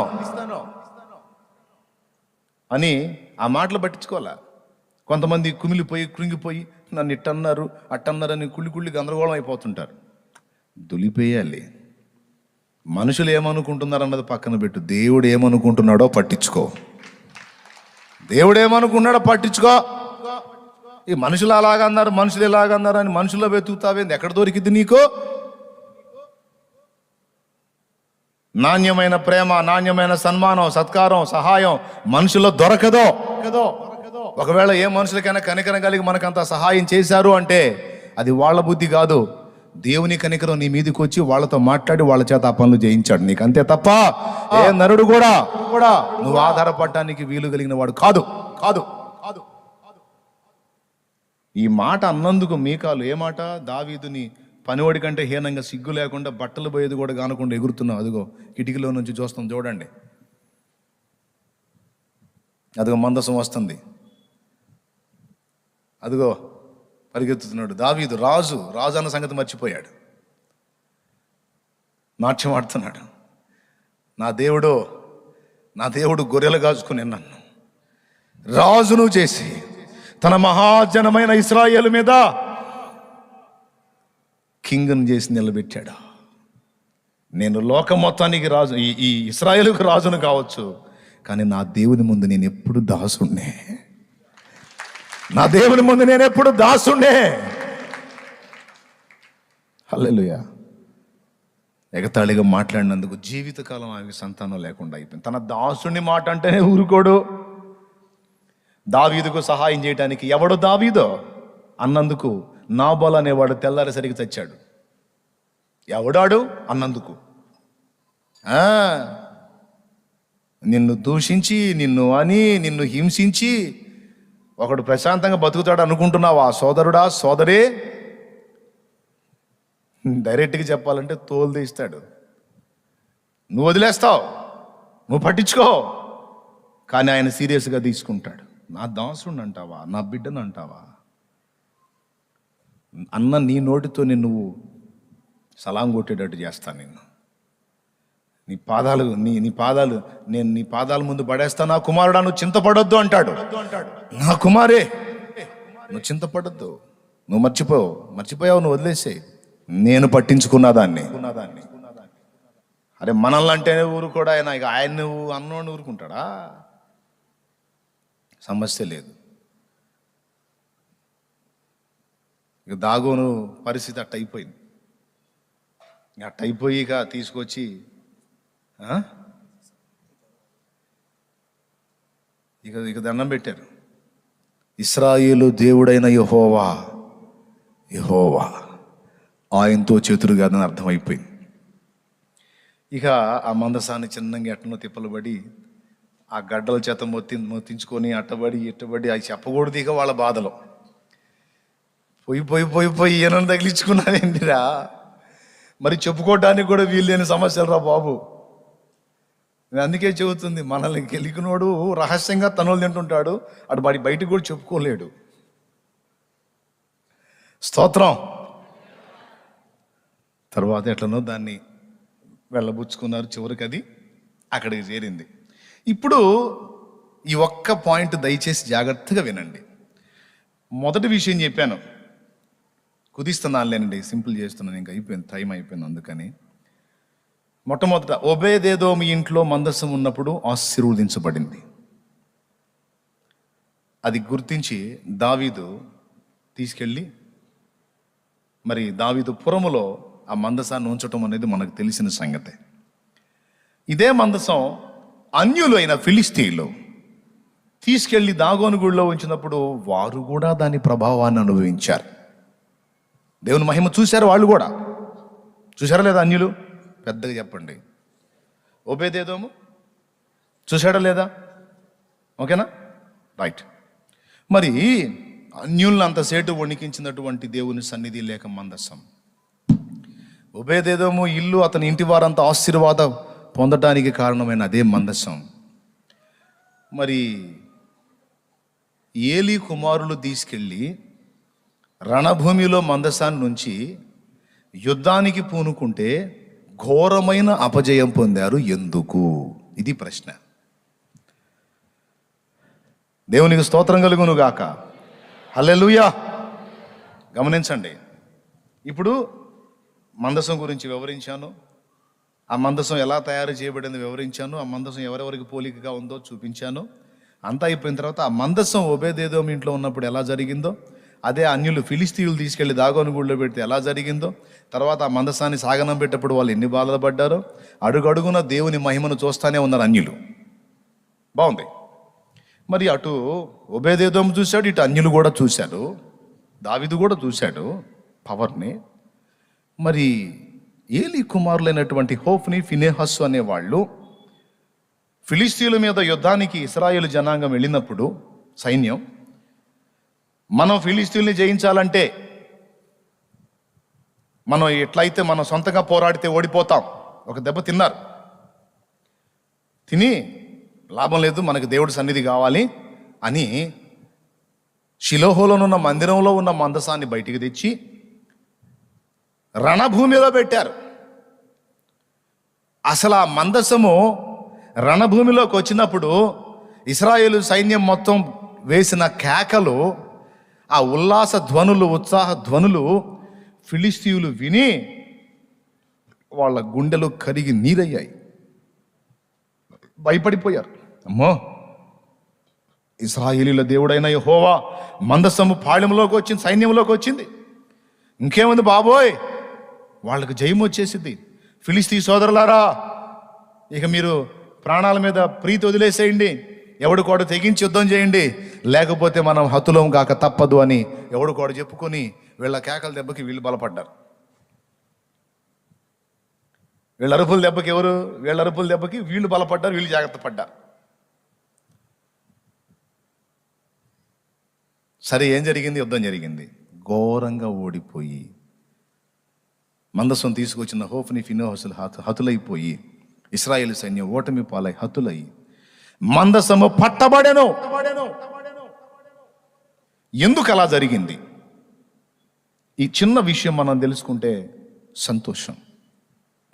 ఈరోజు యేసు ప్రభుని గురించి తెలుసుకొని రక్షణలోనికి వచ్చి ఆయన మార్గంలో నడుస్తున్న మనం ఓబేదేదోములాగా జీవము గల దేవుని మందసమైనటువంటి క్రీస్తును మన ఇంట కలిగి ఉండి కూడా ఓబేదేదోములాగా ఆశీర్వదించబడకుండా ఎందుకు హోఫ్ని, ఫినెహసుల అనుభవంలో ఉంటున్నాం?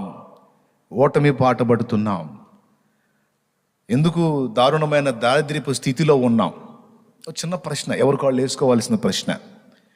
దేవుడు మనల్ని దరిద్రతకు వారసులు అవటానికి పిలిచాడా? ఆశీర్వాదానికి వారసులు అవటానికి పిలిచాడా? దీవెనకే, ఆశీర్వాదానికే. ఓకే, మన శరీరము, ఆత్మ, ప్రాణము 3 దేవుడు ఆశీర్వాదకరంగా ఉంచగోరాడా, లేకపోతే ఆత్మ మాత్రమేనా? ప్రియుడైన గాయుకి యోహాను రాసిన పత్రికలో, నీ ఆత్మ వర్ధిల్లుచున్న ప్రకారము నీవు అన్ని విషయములలో వర్ధిల్లాలని నేను కోరుచున్నాను, నా ప్రేయర్లో ఉంది ఆ విషయమని ఆ మహానుభావుడు చెప్పాడు. దేవుని పిల్లలంగా బలసూచకమైన మందసమైన క్రీస్తుని మన వంట, మన ఇంట, మన ఒంట్లో వంట పట్టించుకుందాం అంటాం చూడండి. మన ఒంట్లో, మన ఇంట్లో ఆయనను కలిగి ఉన్నాం. కానీ చాలామంది ఇంకా ఓటమి బాటలోనే ప్రయాణం చేస్తూ ఉన్నారు.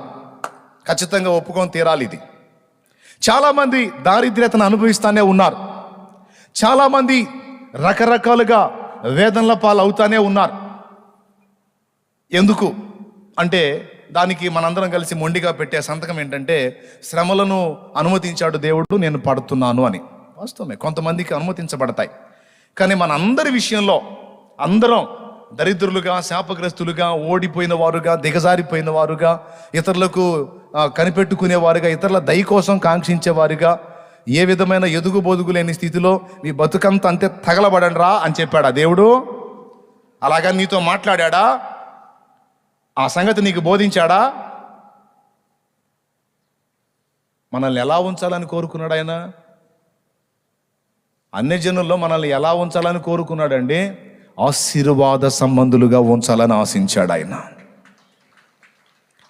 పాడుతున్నాం కదా, మూడు బారిన జీవితాలను చిగురింపజేయగలవు నీవు, మూడు బారిన జీవితాలను చిగురింపజేయగలవు నీవు, మారానుభవం మధురముగా మార్చగలవు నీవు, మారానుభవం మధురముగా మార్చగలవు నీవు, మహోన్నతుడా నీ కృపలో నేను నివసించుట నా జీవిత ధన్యతై ఉన్నది. బాగుంది, పాట పాడాం, సూపర్. జీవితానికి ధన్యతే. మరి ఏది? మూడు బారిన జీవితాలు చిగురించిన చిగురులయ్యి నీ జీవితంలో ఉన్నాయా? చిగురులు ఉన్నాయా? ఏది మరి? మారా చేదైన అనుభవం మధురంగా మారిందా? కొంతమంది చెబుతారు మారిందన్నయ్య అని, కొంతమంది చెబుతారు ఏం మార్పులే అన్నయ్య, అప్పుడు అంతే ఉంది, ఇప్పుడు అంతే ఉంది.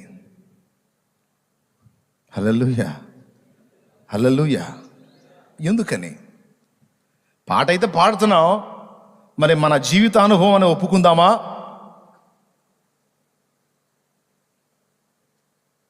లేదు. ఎందుకని ఆ పరిస్థితి అంటే ఒక చిన్న తేడా చెప్తాను.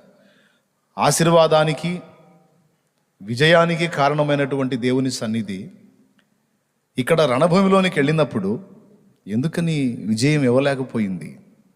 ఎందుకని దేవుడు మౌనంగా ఉన్నాడు? ఈరోజు బలసూచకమైన మందసం అని చెప్పబడుతున్న క్రీస్తుని మనందరి గృహాలలో, మన ఆంతర్యంలో లేదా మన ఇళ్లలో కలిగి ఉన్నాం మనం. అయినా మనం ఇంకా చేదైన అనుభవాల్లోనే ప్రయాణం చేస్తున్నాం. కారణం ఏమై ఉంటుంది? కొంతమంది ఏమో మధురమైన అనుభవాలు పొంది ఇలా పాటలు పాడుతుంటే, కొంతమంది ఏమో ఇంకా చేదుల్లోనే ప్రయాణం చేస్తూ ఉన్నారు. ఒప్పుకోగలరా ఈ మాట? రైట్. ఎక్కడ తప్పు జరిగింది, ఎక్కడ లోపం ఉంది అంటే, దేవునిలోనూ ఆయన శక్తిలోనూ ఏ లోపం లేదు. ఇది నిజం. దేవునిలోనూ దేవుని శక్తిలోనూ లోపం లేదు, మార్పు కూడా లేదు, ఉండదు. ఆయన మార్పు లేనివాడు. మరి ఇక తేడా ఎక్కడుంది అంటే, ఓబేదేదోములోను హోఫ్ని ఫినెహాసుల్లోనూ ఉంది. ఓబేదేదోము దేవుని మందసం తన ఇంటికి వస్తుంటే ఆల్రెడీ ఉజ్జా చచ్చిపోయాడని తెలుసు, తేడా వచ్చినందుకు చచ్చిపోయాడని తెలుసు. అయినా సరే తన ఇంట దేవుని సన్నిధి ఉండటానికి ఇష్టపడ్డాడు. ఎందుకో తెలుసా? ఎందుకు చనిపోయి ఉంటాడు? ఏదో అతిక్రమం జరిగినందున. నా దేవుడు అన్యాయంగా దెబ్బతీసేవాడు కాదు కదా, అన్యాయంగా శ్రమ పెట్టేవాడు కాదు కదా. నా దేవుడు న్యాయవంతుడని నేను నమ్ముచున్నాను. ఒకవేళ నేను ఆయన సన్నిధి నా ఇంటికి వచ్చింది, నా ఇంటిని ఆశ్రయించి వచ్చింది, నా ఇంట నేను స్థానం ఇస్తాను. ఆయన ఎదుట క్రమంగా నడుచుకుంటాను, జాగ్రత్తలు తీసుకుంటాను. ఆయనకు అభ్యంతర కారణంగా నేను ఉండను. నేను వంకర టింకరగా నడిస్తే కదా ఆయన నన్ను ఏదన్నా దెబ్బతీసేది. కాబట్టి నేను తీసుకోవాల్సిన జాగ్రత్తలు జాగ్రత్తగా తీసుకుంటానో, ఆయన చెప్పిన హద్దుల్లో నేను ప్రయాణిస్తానో, నీకు ఆయన ఏ తీర్పు ఇస్తే ఆ తీర్పు. కానీ నా ఇంటికి వచ్చిన ఆయన సన్నిధిని నేను పోగొట్టుకోను. నా ఇల్లు కోరుకొని వచ్చాడా? ఎంతోమందికి లేదు అవకాశం, నాకు దొరికింది. నేను పోగొట్టుకోను. దేవునికి స్తోత్రం కలుగును గాక అని తన ఇంట చేర్చుకొని, దేవుని మందస్సం తన ఇంట ఉన్నందున ఆయన యందు భయభక్తులు కలిగి జాగ్రత్తగా జీవించాడు. అంతకుముందు ఏదన్నా ఎడాపెడా ఉన్నాయి కూడా బ్యాలెన్స్ చేసుకున్నాడు. ఎందుకో తెలుసా? కుటుంబానికి చెప్పుకున్నాడు, ఇంతకు ముందులాగా మనం ఉండటానికి వీల్లేదు. ఏ పిల్లలో, ఏ పెద్దలో, మన ఇంట్లోకి దేవుని సన్నిధి వచ్చింది, మన ఇంట్లోనికి ప్రభు సన్నిధి వచ్చింది. సాక్ష్యపు మందసం, అతి పరిశుద్ధ స్థలంలో ఉండాల్సిన మందసం మన ఇంట్లోకి వచ్చింది. చాలా జాగ్రత్తగా జీవించాలి మనం. అంత హెచ్చరికలు పొంది అంతకుముందున్న ఎడాపెడ జీవితాల వంకర టింకర్లు కూడా సరి చేసుకొని ఆయన సన్నిధి తమ ఇంట ఉన్నదని గుర్తెరిగి జాగ్రత్తగా నడుచుకున్నారు. తమ నడతలలో, తమ ప్రవర్తనలో ఉన్న వంకర్లు కూడా తొలగించుకొని చక్క చేయబడి దేవునికి భయపడి వారు జాగ్రత్తగా జీవించారు. ఎప్పుడైతే దేవునికి భయపడి వారు కరెక్ట్ అయిపోయారో, ఆ కుటుంబానికి చెప్పుకొని మనం ఇలా ఉండకూడదు, ఎలా ఉండాలి అని. ఎందుకు ఇలా ఉండాలి అంటే, ఒకప్పుడు వేరు మనం, ఇప్పుడు వేరు. ఒకప్పుడు మనం ఒట్టి మనుషులం, ఇప్పుడు దేవుడే వచ్చి మనతో కూర్చున్నాడు. ఈరోజు చాలామంది యేసు ప్రభువుని నమ్ముకున్నారు, కానీ చాలా కుటుంబాల్లో యేసు ప్రభు ఉన్నాడన్న సంగతి పట్టించుకోవటల్లా. ఆయన సన్నిధి నా ఇంట ఉన్నది, ఆయన సన్నిధి నాకు తోడుగా ఉన్నది, ఆయన నాలో నివసిస్తున్నాడు, నేను జాగ్రత్తగా ఉండాలి, నేను ప్రత్యేకంగా ఉండాలి, భయభక్తులు కలిగి ప్రవర్తించాలి, నా చెడు నడవడి, నా వంకర టింకర తత్వాన్ని వదిలేయాలి, నేను జాగ్రత్తగా జీవించాలి అని భయపడి జాగ్రత్త పడ్డవాళ్ళు తక్కువ మంది. మందసం తమతో కూడా ఉన్నా కూడా లెక్క లేకుండా బతుకుతున్న వాళ్ళు ఎక్కువ మంది. అర్థమైందా? దేవుని సన్నిధి తమ దగ్గరకు వచ్చిందని, తమ ఇంటికి వచ్చిందని, తమతో కూడా ప్రభు సన్నిధి ఉందని గుర్తించి కూడా లెక్క లేకుండా జీవించినటువంటి జీవితాలు ఓటమి పాలే అవుతాయి. ఎలా ఆశీర్వదించబడతాయి? ఓబేదేదో అట్లా కాదు, జాగ్రత్త పడ్డాడు. నేను నా మట్టుకు నేను చెప్తున్నాను, నూతనంగా ప్రభువుని తెలుసుకున్నప్పుడు నిజంగా యేసయ్య నా ఇంటికి వచ్చినట్టు నేను గుర్తించాను. చాలా స్పష్టంగా అప్పుల పాలయ్యి, నిజంగా దరిద్రం అంటే ఎవరికి వాళ్ళకి అట్లా అనిపిస్తుందిలే. నా మట్టుకు మాకేమనిపించిందంటే, అసలు బతకలేవురా బాబు, మొత్తం చచ్చిపోదాం, పిల్లలతో సహా చంపి మనం కూడా చద్దాం అన్న పరిస్థితి. ఎంత దరిద్రాన్ని మోస్తే, ఎంత దరిద్రంగా జీవిస్తే అలాంటి పరిస్థితి ఉందో కదా. ఒక పక్క ఈ శాపాన్ని మోస్తానే, ఈ దరిద్రాన్ని మోస్తానే, మరో పక్క దుర్వ్యసనాలు, తప్పుడు నడత, పాపపు ప్రవర్తన, పరస్పర ద్వేషాలు, అదొక రకమైన స్థితి. చీకటి తాండవించినట్టు శాపము నా ఇంటిని నిలబడి చేసింది. దేవుని మహాకృపను బట్టి ప్రభువు నన్ను దర్శించిన తర్వాత నేను ఆయన సన్నిధికి వెళ్ళి ప్రార్థన చేసుకొని, యేసయ్యా నా ఇంటికి రా, నా జీవితంలోకి రా అని కన్నీరు విడిచి మొర్రపెట్టినప్పుడు ఆయన నా ఇంటికి వచ్చాడు. నా ఇంటికి వచ్చినాక నాకు తెలుసుగా ఆయన విలువ మిగిలిన వాళ్ళకి తెలియదుగా. కాబట్టి మిగిలిన వాళ్ళు కాదు, ముందు యేసు ప్రభు సన్నిధి నాకు తోడుగా ఉంది గనుక ముందు నేను కరెక్ట్ అయిపోవాలి, నేను మారు మనసు పొందాలి, నేను మారిన జీవితాన్ని కలిగి ఉండాలి. నా ప్రవర్తన, నా నడిపింపు, నా విధానం, నాలో కలిగిన మార్పు నా దేవునికి సంతోషం కలిగించాలి అని నేను జాగ్రత్త తీసుకున్నాను. నాకు పని ఉంటే ఏదైనా చేసే వ్యాపారం ఉంది, ఆ వ్యాపారం చూసుకోవటం, రాగానే ఆ క్యాన్లన్నీ అక్కడ పడేయటం, మిల్క్ బిజినెస్ చేశాను, పాల వ్యాపారం చేశాను. ప్రొద్దున్నే వెళ్ళి పల్లెటూళ్ళ నుంచి పాలు పట్టుకొచ్చి తీసుకొచ్చి టౌన్లో ఖాతాలకు పోసేసి ఆ పని అంతవరకు ముగించి ఆ పాత్రలు కడిగేసుకోమని ఇంటి వాళ్ళకి అప్పచెప్పేసి వెళ్ళిపోయేవాడిని ప్రార్థనలోకి. దేవుణ్ణి స్తుతిస్తా, ప్రార్థన చేస్తా, కృతజ్ఞతలు చెల్లిస్తా. ఒక అద్భుతమైన వాతావరణం స్టార్ట్ అయింది నా జీవితంలో. పరలోక ఆనందం, ఒక పరవశం నేను అనుభవించాను. ఆయన నాతో నేను నడుస్తున్న అనుభూతులు నేను పొందాను. ఆయన నా ముందు, నా వెనక, నా ప్రక్కన, నా ఇరు ప్రక్కల, నా చుట్టూ ఆయన సన్నిధిని చూశాను నేను. నా ముఖంలో ఒక విధమైన ఆనందం, ఒక పరవశం నా కుటుంబం గుర్తించింది. నాలో మార్పుని, నాలో ఉన్నటువంటి ఆ దౌష్యం, ఆ క్రౌర్యం అదంతా విరిగిపోయి ఒక దీనుడుగా నేను మార్పు చెందటం, సాత్వికమైన మనసు నాకు రావటం, అంతకుముందు తిరిగినటువంటి లోక సంబంధుల స్నేహాలు వదిలేసి, చెత్తవేదవల స్నేహాలు వదిలేసి, పరిశుద్ధాత్మ సంబంధులతో నేను కలిసి పాడి, స్తుతించి, ఆరాధించి, ప్రార్థించి దేవుని మహిమపరచటం, టోటల్గా నా జీవితంలో ఈ మార్పుని కుటుంబం గుర్తించింది. వాళ్ళు కూడా ప్రభువునందు భయభక్తులు ఉంచటం మొదలుపెట్టారు. ఎప్పుడైతే ముందు నాలో చేంజ్ వచ్చిందో తర్వాత నా ఇంటి వారిలో చేంజ్ వచ్చింది. ఇది గొప్ప సమాధానానికి కారణమైంది. ఇక తర్వాత వరుసగా ఎక్కువ టైం తీసుకోలా, ఇక నలువైపుల నుంచి దేవుని సహాయం నాకు పంపబడింది. అద్భుతంగా ఏ బంధకాలకు, ఏ అప్పులు, ఏ బాధల్ని, ఇబ్బందుల్ని గుర్తు చేసుకొని కుమిలిపోయామో, చచ్చిపోవాలనుకున్నామో వాటన్నిటికీ ఒక అద్భుతమైన పరిష్కారం దేవుడు ఇవ్వటం మొదలుపెట్టాడు. చివరికి ఎక్కడైతే ఉండలేక వెళ్ళిపోయామో అదే ప్రాంతానికి తీసుకొచ్చి నివాసం ఇచ్చి నిలబెట్టి దేవుడు వాగ్దానం మాట్లాడాడు.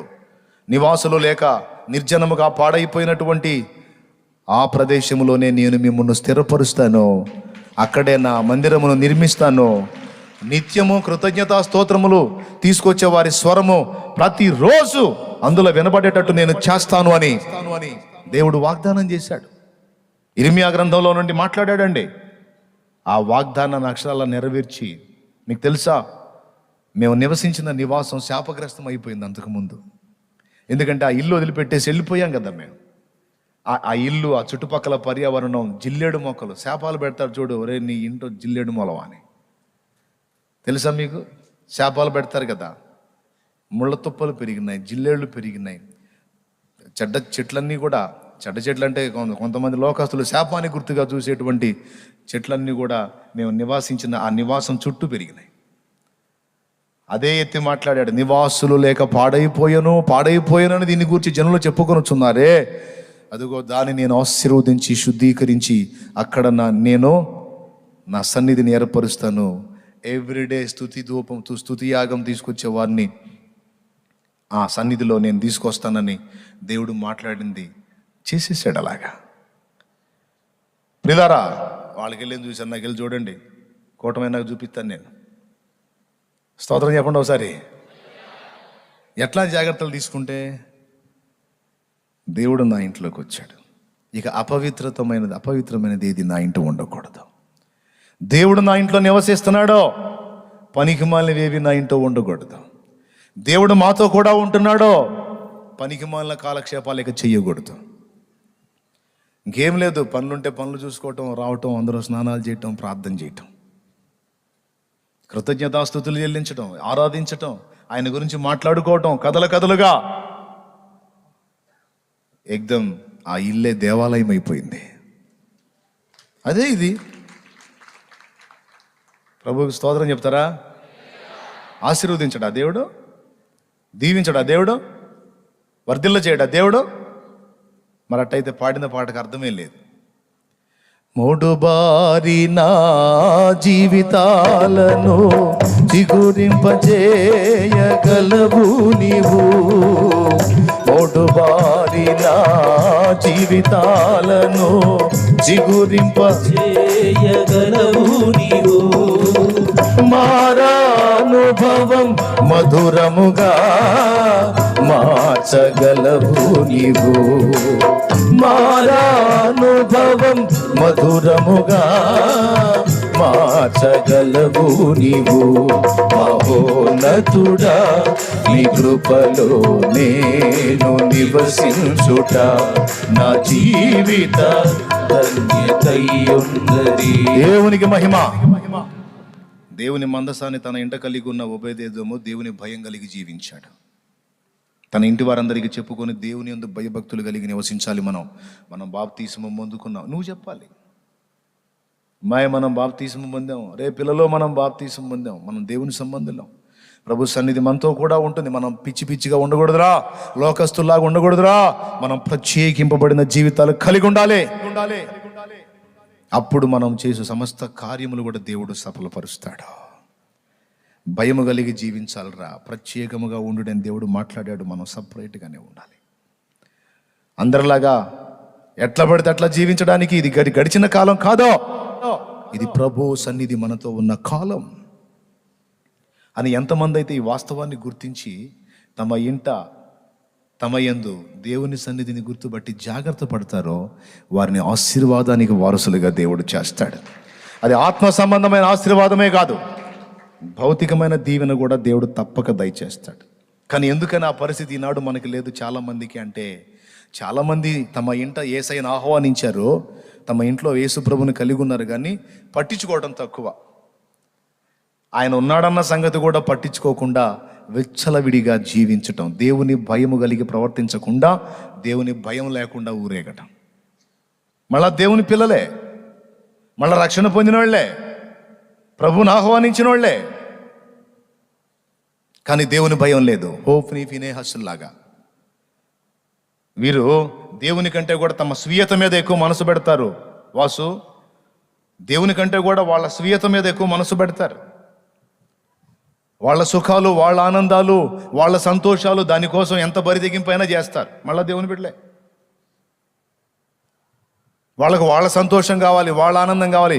ఆఖరికి దేవుడు అనేవాడు తమ ఇంట ఉంటే అతడు కూడా దానికోసమే వాడబడాలి. తప్పించి దేవుని ప్రేమించి, దేవునికి భయపడి, దేవుని యందు భయభక్తులు నిలిపి దేవుని మహిమపరచడం, దేవునిలో ఆనందించడం అనే ప్రక్రియ ఉండదా? ఎవరి పాటలు వాళ్ళవి, ఎవరి విధానం వాళ్ళది, పిల్లల దారి పిల్లలది, తల్లి దారి తల్లిది, తండ్రి దారి తండ్రిది, ముసలోళ్ళ దారి ముసలోళ్ళది, కుర్రోళ్ళ దారి కుర్రోళ్ళది. తల ఒక ఆలోచన. మళ్ళీ అందరూ కలిసి ఆదివారం బైబిల్ తీసుకో. ఎందుకంటే మిగిలిన వాళ్ళు వెళ్తా ఉంటే కనపడుతుంటుంది కదా, ఊరు ఈరోజు ఆదివారం కదా, పోదాం మనం కూడా, ఏదో ఒకటి వచ్చింది. ఇది కాదు. దేవుడు ఆశీర్వదించగలడు, కానీ ఆయన చెప్పిన క్రమంలో మనం మార్పు చెందగలిగితే. ఈ గ్లాస్ ఉంది నా చేతిలో, చూడండి. నీకు కూడా ఆశీర్వాదం పోస్తున్నాడు ఆయన, కానీ నిలవదు.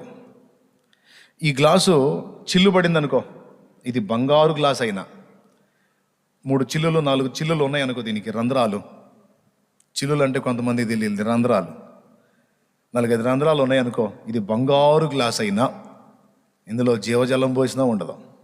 ఎందుకయ్యా?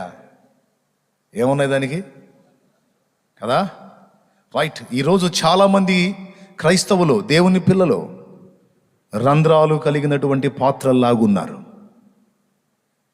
రంధ్రాలు కలిగిన పాత్రల్లాగున్నారో, ఏ రంధ్రాలో నీకు తెలుసు. ఇంక నేనేం చెప్పేది? నువ్వు దేవుని బిడ్డవే, కానీ ఎలాంటి రంధ్రం నీకుందో నీకు తెలుసు, ఏ టైపు పరిస్థితుల్లోనూ ఉన్నావో నీకు తెలుసు. ఇంక నేనేం చెప్పేది? విప్పి నీ పర్సనల్, మీ ఫ్యామిలీలో 4 ఉంటే ఎవరికి తగ్గాయి వాళ్ళకి. ఎంతమంది కుటుంబాలు కలిసి దేవునికి భయపడి ఆయన స్తుతి ఆరాధనలో, ఆయన పరవశంలో, ఆయన ఆనందంలో, ఆయన మహిమలో ఎంతమంది తన్మయిస్తున్నారండి? తక్కువ. ఎక్కువ శాతం అంతా బెజ్జాల వ్యవహారమే, రంధ్రాల వ్యవహారమే. అందుకే ఆయన ఆశీర్వాదం పోసినా అది నిలవకున్నది, దీవెన వచ్చినా అది నీకు నిలవకున్నది, కనబడట్లా.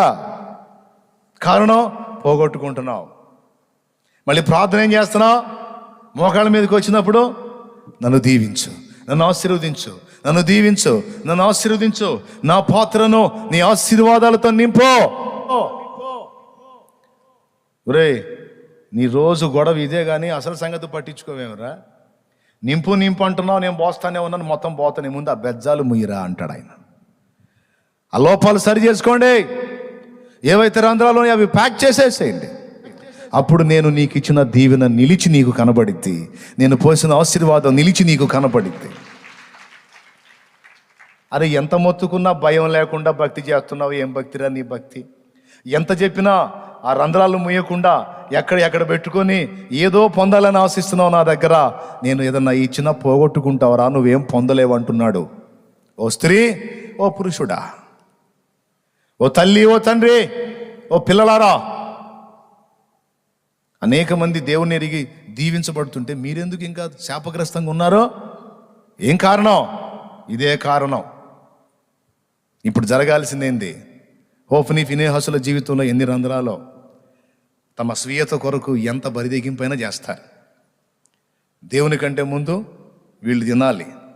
అంతేకాదు విచ్చలవిడి లైంగిక పాపం, శరీర కోరికలు, వాటిని తీర్చుకోవటానికి ఎంత దుస్సాహసమైనా చేస్తారు. ఏమంటే దేవుని కంటే తమను తాము హెచ్చించుకోవడానికి ఎక్కువ ఆలోచిస్తారు. దేవుని కంటే ఎక్కువగా లోక సంబంధమైన విషయాలకు ఎక్కువ టైం కేటాయిస్తారు. ఒక్క మాట చెప్పాలంటే వాళ్ళ నాన్న యాజకుడు, కొడుకులేమో అసలు దేవుణ్ణి ఎరగరు అనుంది. దేవుణ్ణి ఎరగనోళ్ళు కానీ వాళ్ళు దేవుణ్ణి తన ఇంట కలిగే ఉన్నారు. కానీ ఎరగల. నేను ఎలా ఉంటే ఆయన సంతోషపడతాడు, నా మైండ్ ఎలా ఉండాలి, నా ప్రవర్తన ఎలా ఉండాలి, ఎలా ఉంటే నేను దేవుణ్ణి తృప్తిపరచగలుగుతాను, ఆయన ఆశీర్వాదాన్ని స్వతంత్రించుకుంటాను అని వెతికి జాగ్రత్త పడి దేవుణ్ణి మహిమపరిచి ఆయన తృప్తిపరిచి దీవెన పొందుతున్న వాళ్ళు తక్కువ మంది. దేవుణ్ణి ఎరిగి కూడా తమ ఇంట కలిగి ఉండి కూడా తాము ఓడిపోతూ తమ ఇంటి వారందరినీ ఓటమికి అప్పచెప్తున్న వాళ్ళు అనేక మంది. కాబట్టి ప్రియమైన దేవుని బిడ్డలారా, ఇన్ని కార్యాలు ఆ మందసం తమతో కూడా ఉన్నందున అన్యులు చూశారో, అన్యులు అనుభవించారో. మీకు తెలుసా? నేను ఒక్క నిజం చెప్పనివ్వండి, నన్ను ఒక ఘోరమైన నిజం చెప్తాను. ఈరోజు దేవుణ్ణి ఎరిగి బాప్తిస్మాలు పొంది దేవుని బిడ్డలంగా మనం ప్రార్థన చేస్తుంటే జరగని కార్యాలు, అన్యులు వాళ్ళ గృహాల్లో ఉండి ఇలాగ తెలుసుకొని రహస్యంగా వాళ్ళు ఎదుర్కొంటున్న ఇబ్బందుల విషయమై మోకాళ్ళుని ప్రార్థన చేసి, ఓ యేసు ప్రభువా, ఇదిగో నా పరిస్థితి ఇలాగుంది, నాకు సహాయం చేయవా అని వాళ్ళు కన్నీరు విడిచి ప్రార్థన చేసి వాళ్ళు పొందుకుంటున్నారు. వాళ్ళు బయటకు వచ్చేదానికి నాకు స్వేచ్ఛ లేదయ్యా, నా భర్త మారలేదయ్యా, నా భార్య మారలేదయ్యా, నా తల్లిదండ్రి మారలేదయ్యా, ఇదిగో నేను తెలుసుకున్నాను దేవా, నేను బయటికి రాలేని స్థితిలో ఉన్నాను, నాకు స్వేచ్ఛనివ్వు, ఇదిగో ఈ ఇబ్బందుల్లో ఉన్నాను, నాకు సహాయము చేయని అన్యజనులు ప్రభువుని విలువను గుర్తెరిగి వాళ్ళు మోకాళ్ళుని రహస్యంగా చేసే ప్రార్థనల్లో ఇన్ని జవాబులు వాళ్ళు పొందుకుంటున్నారు. డైరెక్ట్గా యేసయ్యని ఎంట కలిగి ఉండి దరిద్రాన్ని వలపోస్తున్నారు క్రైస్తవులు.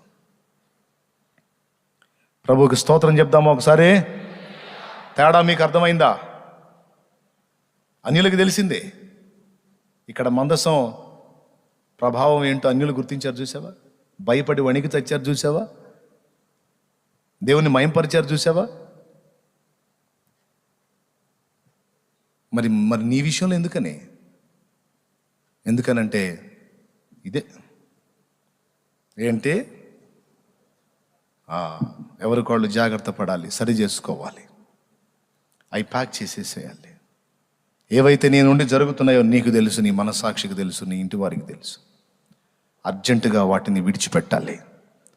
విడిచిపెట్టి నేను చెప్పినట్లుగా కుటుంబం అంతా కలిసి ఆయన ధ్యాసలో, ఆయన ఆరాధనలో, అమ్మో మనం ఇలా చేయకూడదు నాన్న, తండ్రి పిల్లలకు చెప్పుకోవాలి, తల్లి పిల్లలకు చెప్పుకోవాలి, మనం దేవుని యందు భయభక్తులు కలిగి ఉండాలి నాన్న, ఈ ఖాళీ ఉంది మనం ఇట్లాంటివి చూడకూడదు, ఇట్లా వేస్ట్ చేయకూడదు నాన్న, నువ్వు పాటలు బాగా పాడతావరా, మోకాళ్ళు వేసి పాటలు పాడినాన్న, కాసేపు ప్రార్థన చేసుకుందాం తల్లి, నువ్వు ప్రార్థన బాగా చేస్తావు తల్లి, ప్రార్థన చేయి తల్లి.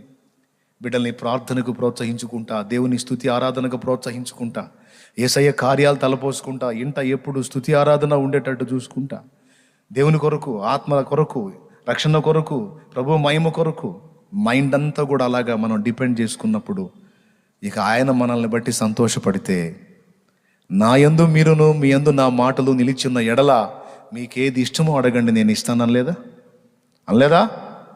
ఇవ్వడా? మరి ఎందుకని నీ పట్ల నా పట్ల ఆ కార్యాలు నెరవేరట్లేదు, నా పట్ల నెరవేరినాయి.